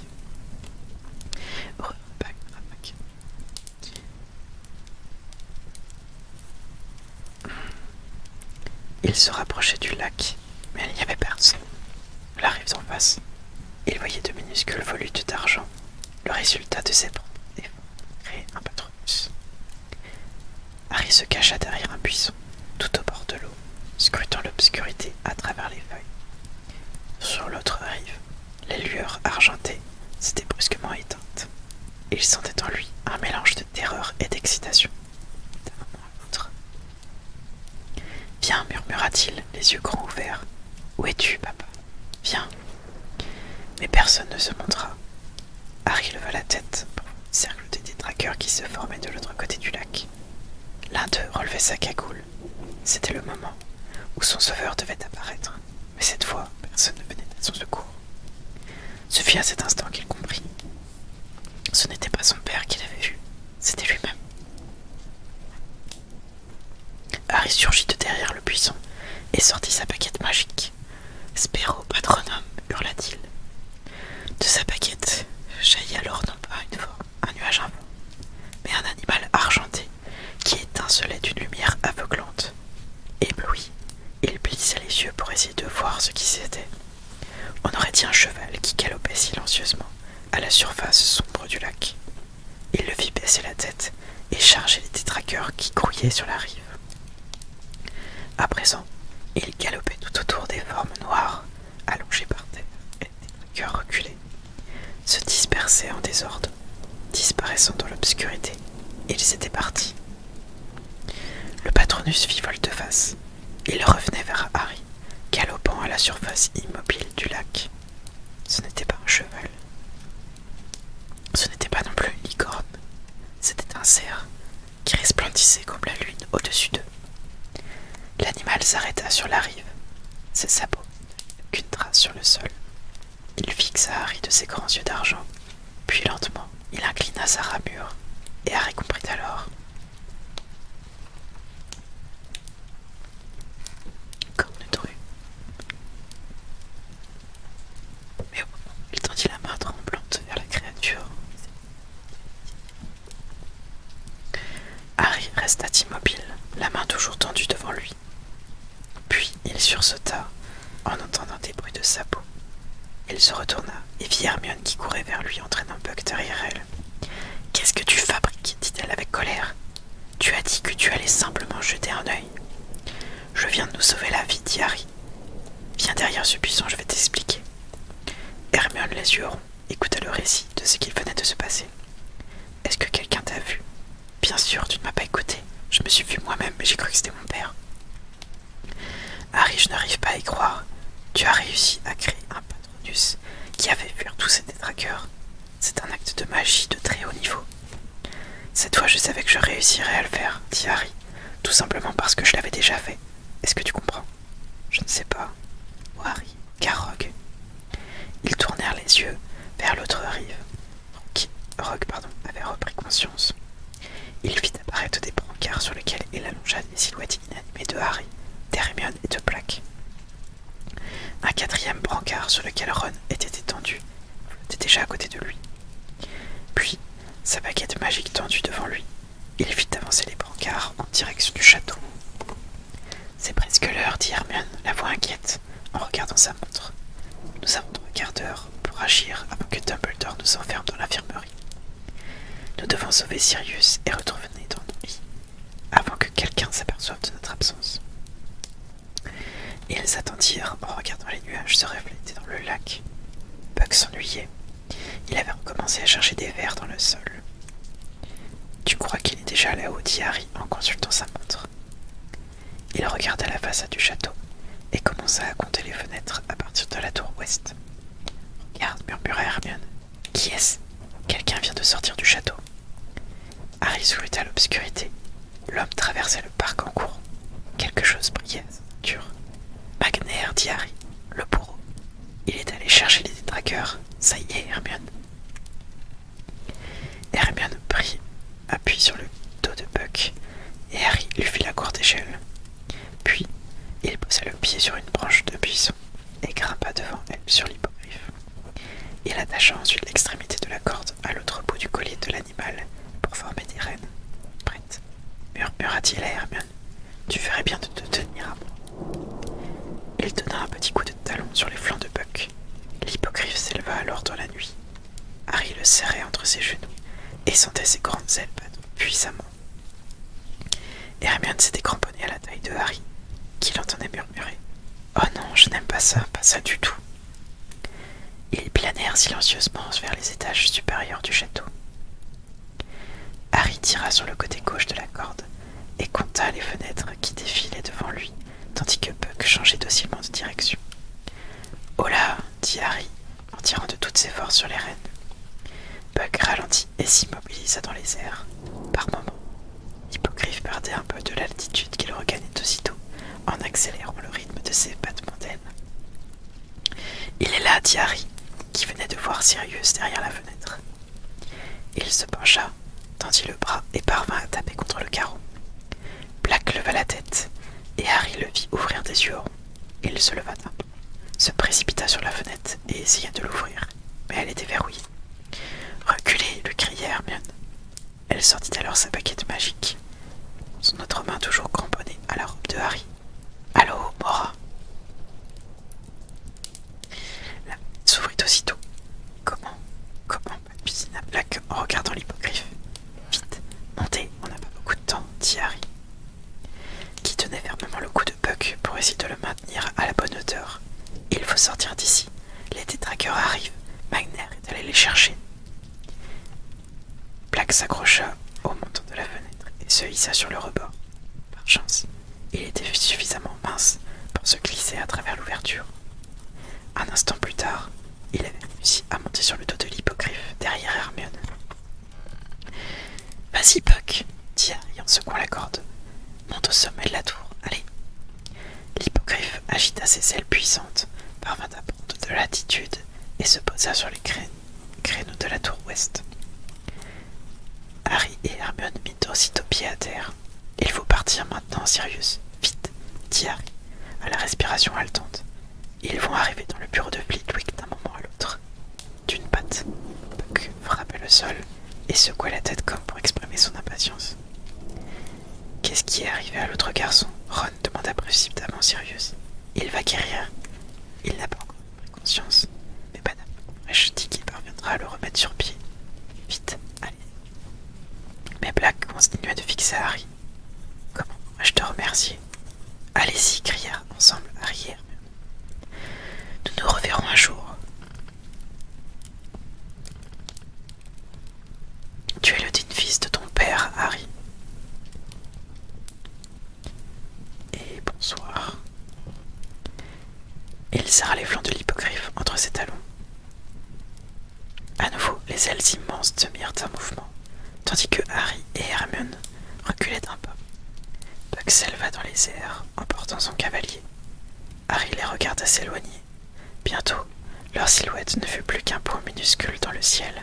Puis, un nuage masqua la lune, et ils disparurent dans la nuit. Le film y suit plus ou moins la trame du livre, oui. Bien sûr, c'est une adaptation, donc forcément il y a des trucs qui ont changé. L'adaptation la plus fidèle en film, c'est le premier en fait. Le premier est très très fidèle.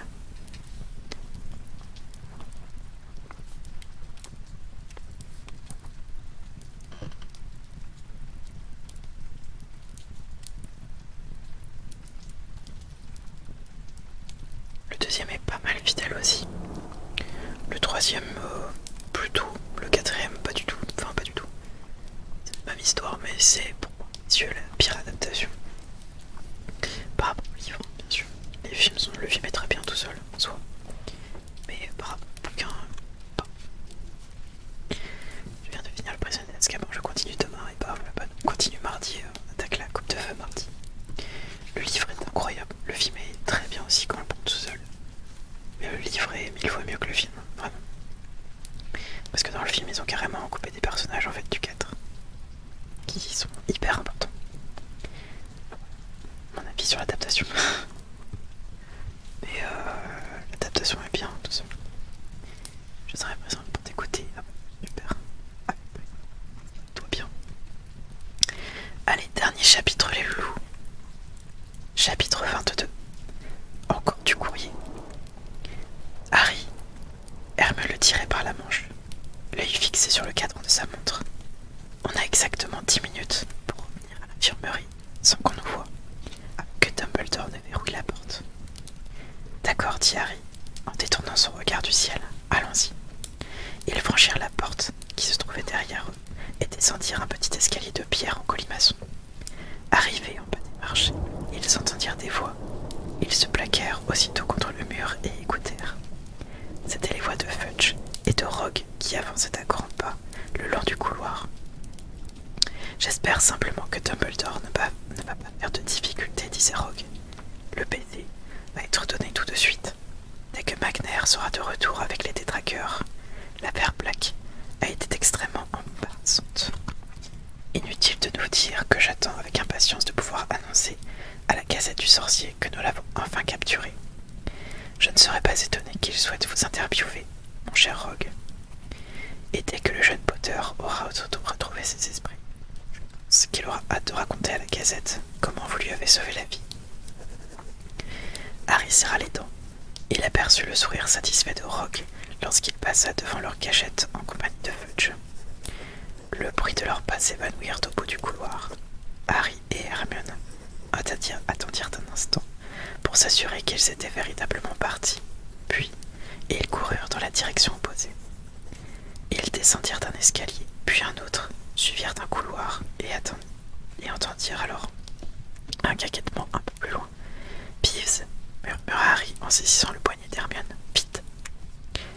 Ils s'engouffrèrent juste à temps dans une classe déserte.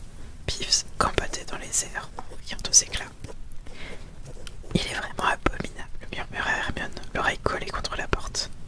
Il doit être tout excité parce que les détraqueurs s'apprêtent à en finir avec Sirius. Elle regarda sa montre. « On n'a plus que 3 minutes, Harry. » Ils attendirent que les ricanements de Peeves se soient évanouis au loin, puis ils sortirent de la classe et se remirent à courir. « Hermione, qu'est-ce qui se passe? Qu'est-ce qui se passera si on n'est pas de retour avant que Dumbledore verrouille la porte ?» demanda Harry, la respiration haletante. « Je préfère ne pas y penser, gémit Hermione, en regardant à nouveau sa montre. Plus qu'1 minute. » Ils étaient arrivés dans le couloir qui menait à l'infirmerie. « Ça va, j'entends Dumbledore, dit Hermione. Vite, Harry. » Ils s'avancèrent silencieusement dans le couloir. La porte de l'infirmerie s'ouvrit. Dumbledore apparut de dos. « Je vais verrouiller la porte. Il est minuit moins 5, dit-il en consultant sa montre. « Miss Granger, 3 tours devraient suffire. Bonne chance. » Dumbledore sortit de l'infirmerie, ferma la porte et s'apprêta à la verrouiller à l'aide de sa baguette magique. Pris de panique, Harry et Hermione coururent à toutes jambes. Dumbledore se tourna vers eux et un large sourire se dessina sous sa longue moustache argentée. « Alors ?» demanda-t-il à voix basse. « On a réussi, répondit Harry hors d'haleine. Sirius s'est enfui en s'envolant avec Buck. » Dumbledore eut un regard rayonnant. « Je crois que... » Il tendit l'oreille en direction de l'infirmerie. « Oui, je crois que vous êtes déjà parti. Allez vous recoucher, je vais vous enfermer. » Harry et Hermione se glissèrent dans la salle où il n'y avait personne dehors de Ron, toujours endormi dans son lit. Lorsque la serrure cliqueta derrière eux, Harry et Hermione se recouchèrent dans leur propre lit. Un instant plus tard, Madame Pomfrey sortit de son bureau et s'avança vers eux à grands pas. « Le directeur est parti. Je vais enfin pouvoir m'occuper de mes patients maintenant. » Elle était d'une humeur massacrante, et Harry et Hermione prirent docilement leur chocolat. Madame Pomfrey resta auprès d'eux pour s'assurer qu'ils le mangent jusqu'à la dernière miette. Mais Harry avait du mal à avaler.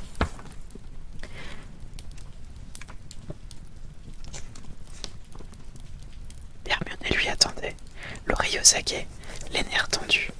Enfin, alors qu'ils prenaient le 4e morceau de chocolat que Madame Pomfrey leur tendait, ils entendirent des hurlements de colère qui se répercutèrent en écho quelque part au-dessus de leur tête. « Qu'est-ce que c'est que ça ?» dit Madame Pomfrey d'un air inquiet. Ils entendirent à présent des voix furieuses qui se rapprochaient. Madame Pomfrey se tourna vers la porte. « Ils vont réveiller tout le monde. Où est-ce qu'ils se croient ?» Harry essaya de comprendre ce que disaient les voix. Il a dû transplaner Severus. Il aurait fallu laisser quelqu'un avec lui dans la pièce. Quand ça va se savoir, il n'a pas transplané, le Rogue, qui semblait tout proche à présent. Il est impossible de transplaner à l'intérieur de ce château. Je suis sûr que Potter est dans le coup. Severus, soyez raisonnable. Harry était enfermé. Bang. La porte de l'infirmerie s'ouvrit à la volée. Fudge, Rogue et le directeur firent irruption dans la salle. Seul Dumbledore semblait parfaitement calme. Il avait même l'air de s'amuser. Fudge paraissait en colère, mais Rogue était véritablement hors de lui. Ça suffit maintenant, Potter, cria-t-il. Qu'est-ce que vous avez fabriqué? Professeur Rogue, s'indigna Madame Pomme-Fraîche. Contrôlez-vous, je vous prie. Allons, Rogue, soyez raisonnable, dit Fudge. Cette porte était verrouillée, nous l'avons bien vu. Ils l'ont aidé à s'enfuir, je le sais, hurla Rogue, en pointant l'index sur Harry et Hermione. Les traits de son visage étaient convulsés et ses vociférations s'accompagnaient d'un nuage de postillons. Allons, calmez-vous, lança Fudge. Ce que vous dites n'a pas de sens. Vous ne connaissez pas Potter, s'écria Rogue. C'est lui qui a fait ça, je sais que c'est lui. Ça suffit, Severus, dit tranquillement Dumbledore. Réfléchissez un peu. Cette porte est verrouillée depuis que j'ai quitté l'infirmerie il y a 10 minutes. Madame Pomme-Fraîche, avez-vous quitté leur lit? Bien sûr que non, répliqua Madame Pomme-Fraîche exaspérée. Je ne les ai pas quittés depuis que vous êtes partis. Vous voyez bien, Severus, dit Dumbledore. À moins que vous ne vouliez nous faire croire que Harry et Hermione ont la faculté de se trouver au même endroit, en même temps, en deux endroits différents. Je ne vois pas de raison de les importuner davantage. Rogue resta immobile, bouillant de rage, en regardant alternativement Fudge, qui paraissait outré par sa conduite, et Dumbledore, dont les yeux pétillants derrière ses lunettes. Rogue tourna soudain les talons, les pans de sa robe tourbillonnant dans son sillage, et quitta l'infirmerie à grands pas furieux.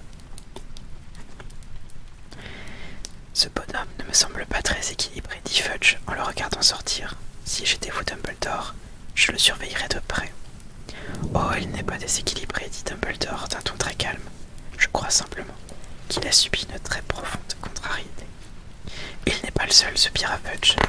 La Gazette va s'en donner encore joie. Nous avions capturé Black et il a réussi à nous filer entre les doigts, une fois de plus. Il ne manquerait plus qu'on apprenne la fuite de cet hippogriffe et je serai la risée de tout le monde. Oh. Je ferais bien de retourner au ministère pour expliquer ce qui s'est passé. Et les détraqueurs, demanda Dumbledore. J'imagine que vous n'allez pas les laisser aux abords de l'école. En effet, ils n'ont plus rien à faire ici désormais, dit Fudge, en se passant machinalement les doigts dans les cheveux. Jamais je n'aurais pensé qu'ils essaieraient de donner un baiser à un garçon innocent. Impossible de les contrôler. Je vais les renvoyer à Azkaban dès ce soir. Nous pourrions peut-être poster des dragons aux entrées de l'école. Hagrid en serait enchanté, dit Dumbledore en adressant un sourire complice à Harry et Hermione.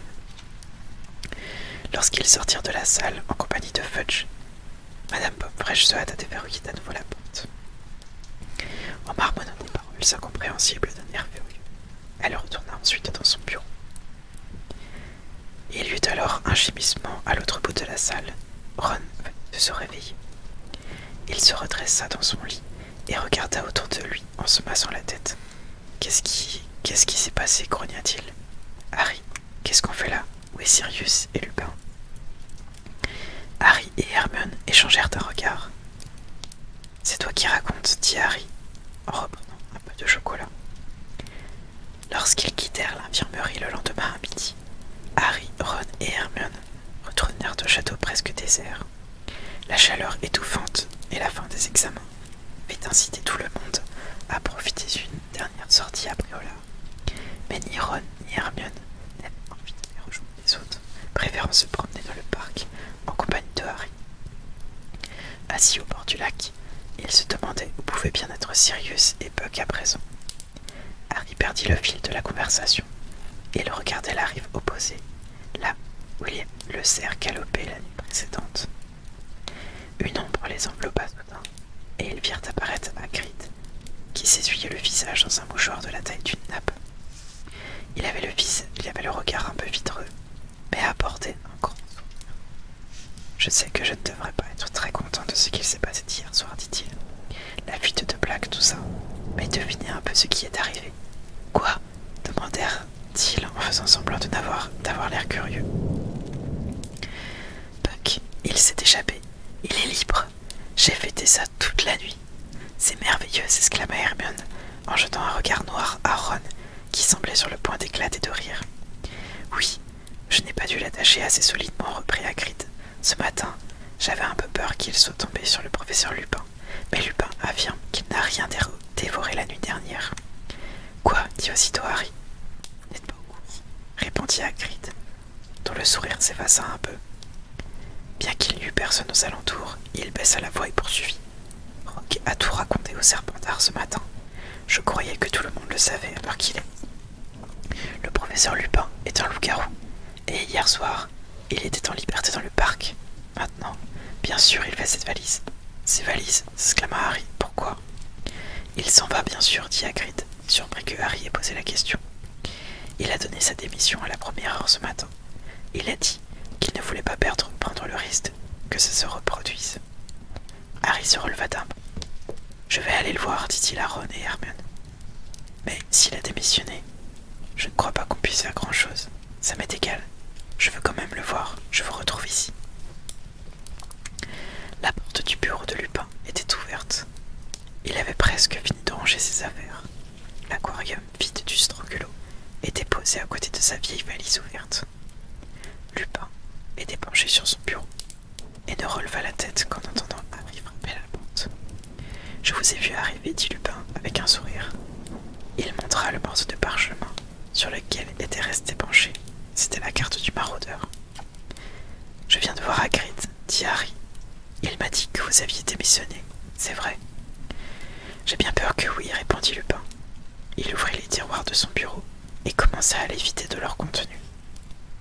Mais pourquoi, dit Harry. Le ministère de la magie n'a pas cru que vous avez été Sirius, n'est-ce pas? Lupin alla fermer la porte du bureau. Non, répondit-il. Le professeur Dumbledore a réussi à convaincre Fudge que j'ai essayé de vous sauver la vie. C'était le comble pour Severus. Je crois qu'il a reçu un rude coup en voyant qu'il allait perdre l'ordre de Merlin. Et donc ce matin, au petit déjeuner, il a, accidentellement, révélé que je suis un loup-garou. Vous n'allez quand même pas partir simplement à cause de ça, s'exclama Harry. Lupin eut un sourire las. Demain matin, à cette heure-ci, les hiboux envoyés par les parents vont commencer à arriver. Ils ne voudront jamais que leur enfant ait un loup-garou comme professeur. Et après ce qui s'est passé hier soir, je les comprends. Harry, j'aurais pu vous mordre, n'importe lequel d'entre vous d'ailleurs. Il ne faut pas que cela se reproduise. Vous êtes le meilleur professeur de défense contre les forces du mal qu'on ait jamais eu, dit Harry. Ne partez pas. Lupin hocha la tête en silence et continua de vider ses tiroirs. D'après ce que m'a dit le directeur ce matin, reprit-il, vous avez sauvé la vie de plusieurs personnes hier soir, Harry. S'il y eut une chose dont je suis fier, c'est des progrès que vous avez faits. Parlez-moi un peu de votre Patronus. Comment vous savez que j'en ai créé un, s'étonna Harry. Sinon, comment auriez-vous fait reculer les détraqueurs? Harry raconta à Lupin ce qui s'était passé. Lorsqu'il eut terminé, Lupin eut un nouveau sourire. Oui, votre père se transformait toujours en cerf, dit-il. Vous avez bien deviné. C'est pour ça qu'on l'appelait Cornedru. Ouais, je crois qu'il faut que c'est moi qui accepte le duel quand c'est comme ça. Mais du coup, je regarde parce que du coup la commande duel elle marche pour les deux en fait. Ouais. Je regarde pour stream Avatar. Lupin jeta ses derniers livres dans la valise, vers un tiroir de son bureau, et se tourna vers Harry. Tenez, j'ai rapporté ça de la cabane hurlante hier soir, dit-il en tendant à Harry sa cape d'invisibilité. Il hésita, puis lui donna également la carte du maraudeur. Je ne suis plus votre professeur, je peux donc également vous rendre ceci sans me sentir coupable. Je n'en ai pas l'usage, mais j'imagine qu'elle vous sera utile. Harry prit la carte avec un sourire. Vous m'avez dit que Lunar, Queue de Verre, Patmol et Cornedru voulaient m'attirer à l'extérieur de l'école. Vous disiez qu'il trouverait ça drôle. C'est vrai, répondit Lupin en fermant sa valise. Je n'hésite pas à affirmer que James aurait été singulièrement déçu si son fils n'aurait pas jamais découvert aucun passage secret qui permette de sortir du château. Quelqu'un frappa à la porte. Harry fourra précipitamment la carte du maraudeur et la cape d'invisibilité dans sa poche. C'était le professeur Dumbledore. Il ne sembla pas surpris de trouver Harry dans le bureau de Lupin. « Votre fiacre est à la porte, Rémus, dit-il. « Merci, monsieur le directeur. » Lupin prit sa valise et l'aquarium vide. « Bon, eh bien, au revoir. » dit-il en souriant. C'était vraiment un plaisir de vous avoir comme élève. Je suis sûr que nous nous reverrons un jour. Monsieur le directeur, inutile de m'accompagner, je trouverai le chemin. Harry eut l'impression que Lupin voulait partir le plus vite possible. Alors au revoir, Rémus, dit sobrement Dumbledore. L'aquarium sous le bras, Lupin serra la main de Dumbledore. Puis, il adressa un signe de tête et un bref sourire à Harry et quitta le bureau. Harry s'assit et regarda par terre d'un air sombre lorsqu'il entendit la porte se refermer. Il releva aussitôt la tête. Dumbledore était toujours là. « Pourquoi as-tu l'air si accablé ?» dit-il. « Tu devrais au contraire être très fier de toi, après ce qui s'est passé la nuit dernière. »« Ça ne change rien, » répondit Harry. « Pettigrew a réussi à s'échapper. »« Ça ne change rien. Au contraire, ça change tout. Tu as aidé à révéler la vérité, et tu as permis à un innocent d'échapper à un sort terrible. » Terrible. Quelque chose remua dans la mémoire de Harry, plus puissant et plus terrible que jamais. La prédiction du professeur Trelawney. « Professeur Dumbledore, dit-il, hier, quand j'ai passé mon examen de divination, le professeur Trelawney est devenu très bizarre. Vraiment, tu veux dire plus bizarre que d'habitude? Oui, sa voix était grave tout d'un coup. Elle roulait des yeux et elle a dit que le serviteur de Voldemort partirait rejoindre son maître avant minuit. Elle a dit que son serviteur l'aiderait à retrouver sa puissance. Ensuite, elle est redevenue normale et elle ne se souvenait plus du tout de ce qu'elle avait dit. Est-ce qu'elle avait une véritable prédiction? Dumbledore ne parut pas très impressionné. C'est possible, Harry. Qui aurait pu le penser? Voilà qui porte le nombre de ses prédictions vérifiées à un total de 2. Je devrais lui donner une augmentation. Mais Harry regarda Dumbledore d'un air effaré. Comment pouvait-il prendre les choses aussi calmement? J'ai empêché Sirius et le professeur Lupin de tuer Pettigrew, dit-il. Ce sera ma faute si Voldemort revient. Non, répondit Dumbledore d'un ton paisible. L'expérience que tu as vécue avec le retourneur de temps ne t'a donc rien appris. Les conséquences de nos actions sont toujours si complexes, si diverses, que prévoir l'avenir est une entreprise bien difficile. Le professeur Trelawney en est la preuve vivante. Tu as fait quelque chose de très noble, en sauvant la vie de Pettigrew. Mais s'il aide Voldemort à reprendre le pouvoir, Pettigrew te doit la vie. Tu as envoyé à Voldemort quelqu'un qui a une tête envers toi. Lorsqu'un sorcier sauve la vie d'un autre sorcier, il se crée un certain lien entre eux.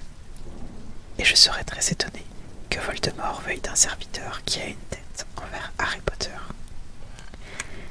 Et moi, je ne veux pas du tout de lien avec Pettigrew, dit Harry. Il a trahi mes parents. Il s'agit là de magie d'un niveau plus sombre, plus profond, le plus impénétrable, Harry. Mais crois-moi, un jour viendra peut-être où tu seras très content d'avoir sauvé la vie de Pettigrew. Harry ne parvenait pas à imaginer qu'un tel jour puisse arriver.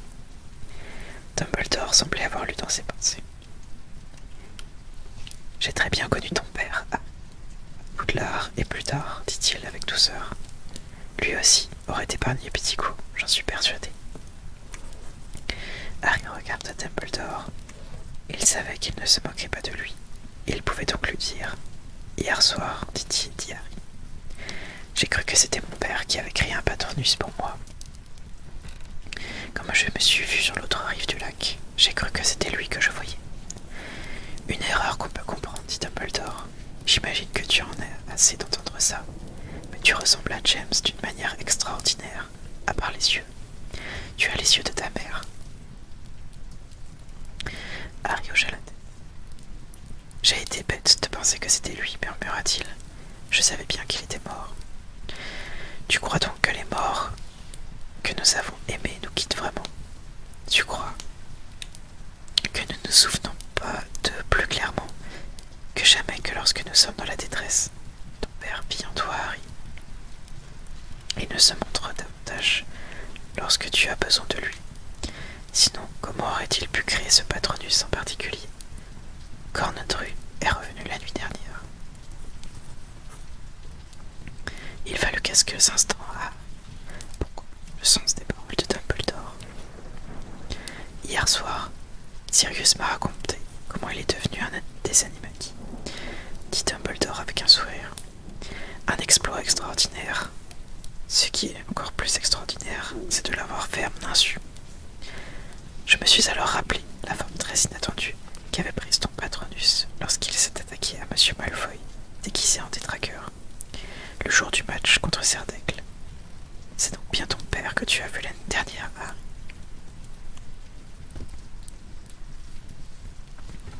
Et c'est en toi que tu l'as découvert. Dumbledore sortit alors du bureau, laissant Harry à ses pensées, qui le brouillaient dans sa tête.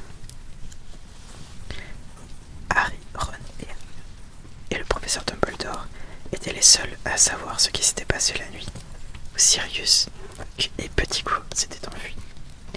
À mesure qu'approchait la fin des cours, Harry entendait de plus en plus de théories qui prétendaient expliquer les événements, mais aucune ne ressemblait, si peu que ce fût, à la vérité. Malfoy était furieux que Puck se soit enfui. Il avait la certitude que Hagrid s'était arrangé pour le mettre à l'abri. Il paraissait outré que son père et lui aient pu le laisser berner par un garde-chasse. Percy Weasley, pour sa part, avait beaucoup de choses à dire sur la fuite de Sirius. Si jamais j'arrive à entrer au ministère, j'aurai beaucoup de choses à proposer pour faire respecter la loi, affirmait-il à la seule personne qui consentait à l'écouter, c'est-à-dire Pénélope, sa petite amie. Le temps était idéal, l'atmosphère joyeuse, et il savait qu'il avait réussi l'impossible pour aider Sirius à retrouver la liberté. Pourtant, Harry ne s'était jamais senti aussi déprimé en cette période d'année. Il n'était pas le seul à regretter le départ du professeur Lupin. Tous les élèves du cours de défense contre les forces du mal étaient attristés par sa démission. « Je me demande qui ils vont nous mettre l'année prochaine, dit sombrement Seamus Finnegan. Un vampire, peut-être, suggéra Dean Thomas avec une nuance d'espoir. Ce n'était pas seulement le départ du professeur Lupin qui préoccupait Harry. Il ne pouvait s'empêcher de penser très souvent à la prédiction du professeur Trelawney et se demandait sans cesse où pouvait bien se trouver Pettigrew à présent. Était-il déjà en sûreté auprès de Voldemort? Mais ce qui l'accablait encore davantage, c'était la perspective de devoir retourner chez les Dursley. Pendant environ une magnifique demi-heure, il avait cru qu'il irait vivre chez Sirius. Désormais, le meilleur ami de ses parents, c'était presque aussi bien que de retrouver son père. Il n'avait pas de nouvelles de Sirius, ce qui était bon signe, car cela signifiait qu'il avait réussi à se cacher quelque part. Mais Harry ne pouvait s'empêcher de ressentir une profonde tristesse en pensant à cette maison qu'il aurait pu avoir et qui n'était plus qu'un rêve maintenant. Les résultats des examens furent affichés le dernier jour du trimestre. Harry, Ron et Hermione avaient réussi toutes les épreuves. Harry était stupéfait d'avoir obtenu son examen de potion et il soupçonnait Dumbledore d'être intervenu pour empêcher Rogue de le recaler. Le comportement de Rogue envers Harry au cours de ces dernières semaines lui avait paru inquiétant. Harry n'aurait jamais pensé que Rogue puisse le détester encore davantage, mais c'était pourtant le cas. Chaque fois que Rogue le regardait, un tic agitait le coin de sa bouche et il ne cessait de remuer les doigts comme s'il avait rêvé de les serrer autour de son cou. Percy avait obtenu sa meilleure note à son aspic. Fred et George avaient récolté une poignée de buses chacun. Par surcroît, Gryffondor, grâce notamment à ses prouesses sur le terrain de Quidditch, avait gagné la Coupe des 4 maisons pour la 3e année consécutive. La grande salle, donc décorée aux couleurs rouge et or de Gryffondor pour le banquet de fin d'année, et la table des vainqueurs se montra de très loin la plus bruyante.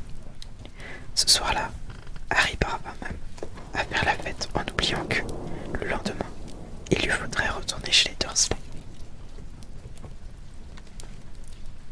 Lorsque le Poudlard Express quitta la gare le lendemain, Hermione annonça à Ron et à Harry une nouvelle surprenante.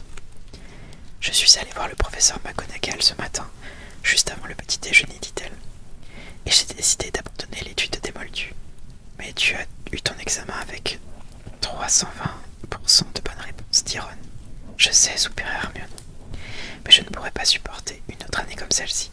Ce retournant de temps me rendait folle. Je l'ai rendu, sans l'étude des moldus et la divination. J'aurai de nouveau un emploi du temps normal. Je ne comprends toujours pas que tu ne nous aies rien dit, ronchonna Ron. Normalement, nous sommes tes amis. J'avais promis de ne rien dire à personne, répondit Hermione d'un air sévère. Elle se tourna vers Harry, qui regardait le château disparaître derrière une montagne, en pensant qu'il faudrait attendre 2 mois avant de le revoir. Ne sois pas triste, Harry, dit Hermione. Je pensais aux vacances, répondit Harry. Moi aussi j'y ai pensé, dit Ron. Harry, il faut que tu viennes à la maison. J'arrangerai ça avec mes parents et je t'appellerai. Je sais comment me servir d'un téléphone. Un téléphone, Ron, rectifia Hermione. Tu devrais étudier les moldus l'année prochaine. Ron ne lui répondit pas. C'est la Coupe du Monde de Quidditch cet été, dit-il. Qu'est-ce que tu en dis? Viens à la maison, on ira ensemble. Mon père s'arrange toujours pour avoir des billets par le ministère. Cette proposition eut pour effet de remonter sensiblement le moral de Harry. J'imagine que les Dursley seront ravis de me laisser partir, surtout après ce que j'ai fait à la tante Marge. Vers la fin de l'après-midi, Harry eut une excellente raison de retourner toute sa gaieté. Harry, lui dit Hermione, le regard tourné vers la fenêtre. Qu'est-ce que c'est que ça? Harry jeta un coup d'œil au dehors. Une petite poule grise venait derrière la vitre. Oh, je me rappelais plus de ça. Il se leva pour mieux voir. C'était un minuscule hibou qui portait une lettre beaucoup trop grande pour lui. Le hibou était si petit qu'il arrivait à peine à voler dans les remous d'air provoqués par la vitesse du train. Harry se hâta d'ouvrir la fenêtre, tendit le bras et attrapa l'oiseau. On aurait dit un vif d'or en peluche. Le hibou laissa tomber la lettre sur la banquette et se mit à volter d'un air joyeux dans le compartiment, comme s'il était très fier d'avoir accompli sa mission. Edwidge fit claquer son bec en signe de désapprobation. Patron se leva et suivit l'oiseau de ses grands yeux jaunes. Ron attrapa alors le hibou pour le protéger. La lettre était adressée à Harry. Il ouvrit l'enveloppe et s'exclama. « C'est Sirius !»« Quoi ?» s'écria Ron. Et Hermione d'une même voix l'innocea. « Cher Harry, j'espère que cette lettre te parviendra avant que tu n'arrives chez ton oncle et ta tante. J'ignore s'ils ont l'habitude de recevoir du courrier par hibou postal. Buck et moi, nous nous cachons.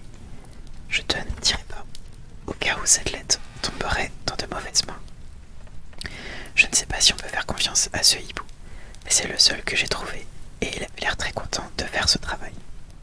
Je crois que les détraqueurs me cherchent toujours, mais ils ne me trouveront jamais ici.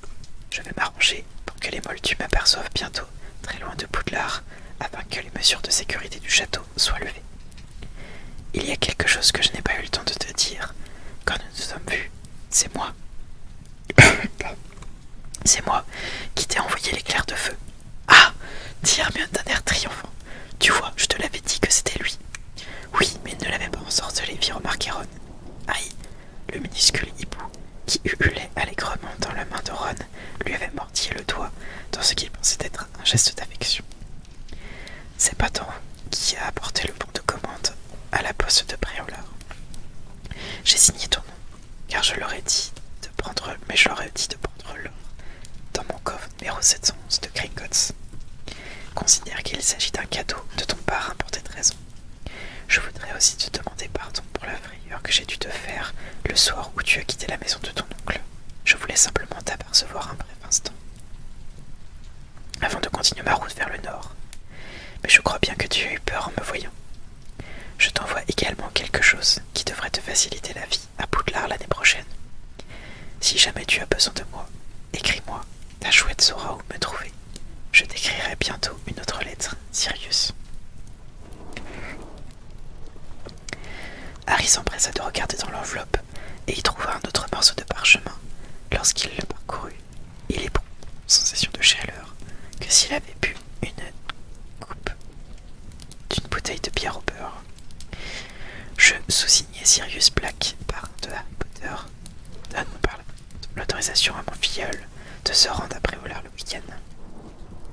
Ça suffira pour Dumbledore, dit Harry d'un ton joyeux. Il y a un PS. j'ai pensé que ton ami Ron aurait peut-être envie de garder ce hibou, puisque c'est à cause de moi qu'il n'a plus de rat. Ron écarquilla les yeux. Le minuscule hibou continuait de ululer avec ardeur au creux de sa main. Le garder, dit Ron indécis. Il examina attentivement l'oiseau. Puis, à la grande surprise de Harry et d'Hermione, il le tendit à Patorron pour que celui-ci puisse le flairer. Qu'est-ce que tu en penses demanda Ron au chat. Un hibou, ça te va? Patorron se mit alors à ronronner. Pour moi, c'est d'accord, dit Ron d'un air ravi. Ce hibou est à moi. Harry lut et relut la lettre de Sirius jusqu'à l'arrivée du train à la gare de King's Cross. Il la tenait toujours bien serrée dans sa main lorsqu'il franchit en compagnie de Ron et d'Hermione la barrière magique du quai 9-3/4. Harry repéra aussitôt l'oncle Vernon. Il se tenait à bonne distance de monsieur et madame Weasley, qui le regardaient d'un air soupçonneux, et, quand il vit madame Weasley serrer Harry dans ses bras, ses pires appréhensions semblaient être confirmées. Harry dit au revoir à Ron et à Hermione. « Je t'appellerai pour la Coupe du Monde », lança Ron, tandis que Harry poussait en direction de l'oncle Vernon, le chariot sur lequel il avait posé sa valise et la cage des Twitch. Son oncle l'accueillit, à sa manière habituelle. « Qu'est-ce que c'est que ça ?» grogna-t-il en regardant l'enveloppe que Harry tenait toujours serrée dans sa main. « Si c'est une autorisation à me faire signer, tu peux toujours. »« Ce n'est pas ça, » l'interrompit Harry d'un ton joyeux. « C'est une lettre de mon parent. »« Ton parent ?» clama l'oncle Vernon. « Tu n'as pas de parent ?»« Si, j'en ai un, » répondit Harry. « C'est le meilleur ami de mon père et de ma mère. C'est un assassin condamné à perpétuité, mais il s'est évadé de la prison des sorciers, et il est en fuite. Il m'écrit quand même de temps en temps, et il prend de mes nouvelles pour savoir si je suis heureux. » Avec un large sourire devant l'expression horrifiée de l'oncle Vernon, il se dirigea vers la sortie de la gare en poussant bruyamment Edwidge sur son chariot. L'été s'annonçait bien meilleur que celui de l'année dernière. Et voilà, on a fini. J'espère que vous avez apprécié qu'Étant a fait le maximum de bruit possible en passant derrière moi. Voilà. On me voit plus avec vos avatars. Bon, et ben on a fini le tome 3. Franchement, ouais, on va vite quand même. Du coup, on commencera le tome 4 mardi soir. Non. Mardi soir, on va continuer 3 chapitres. Parce que les chapitres sont beaucoup plus longs que dans les 2 premiers tomes. En plus, il est très long, le 4 aussi. Il est très très long. Mais trop bien. Et franchement, je suis trop content de le relire, le 4. Donc voilà. Voilà. Et ben, je vais vous faire des bisous. Je vais te dire merci à tous ceux qui sont follow à la chaîne, ça fait grave plaisir. Des bisous à tout le monde. Moi, je vais aller au dodo. Parce que demain, le réveil se lève à 5h, 5h30. Ouais. Ça va piquer, mais c'est ok. Ça va le faire. Allez, des bisous tout le monde et vraiment gros merci d'avoir été là. Des bisous.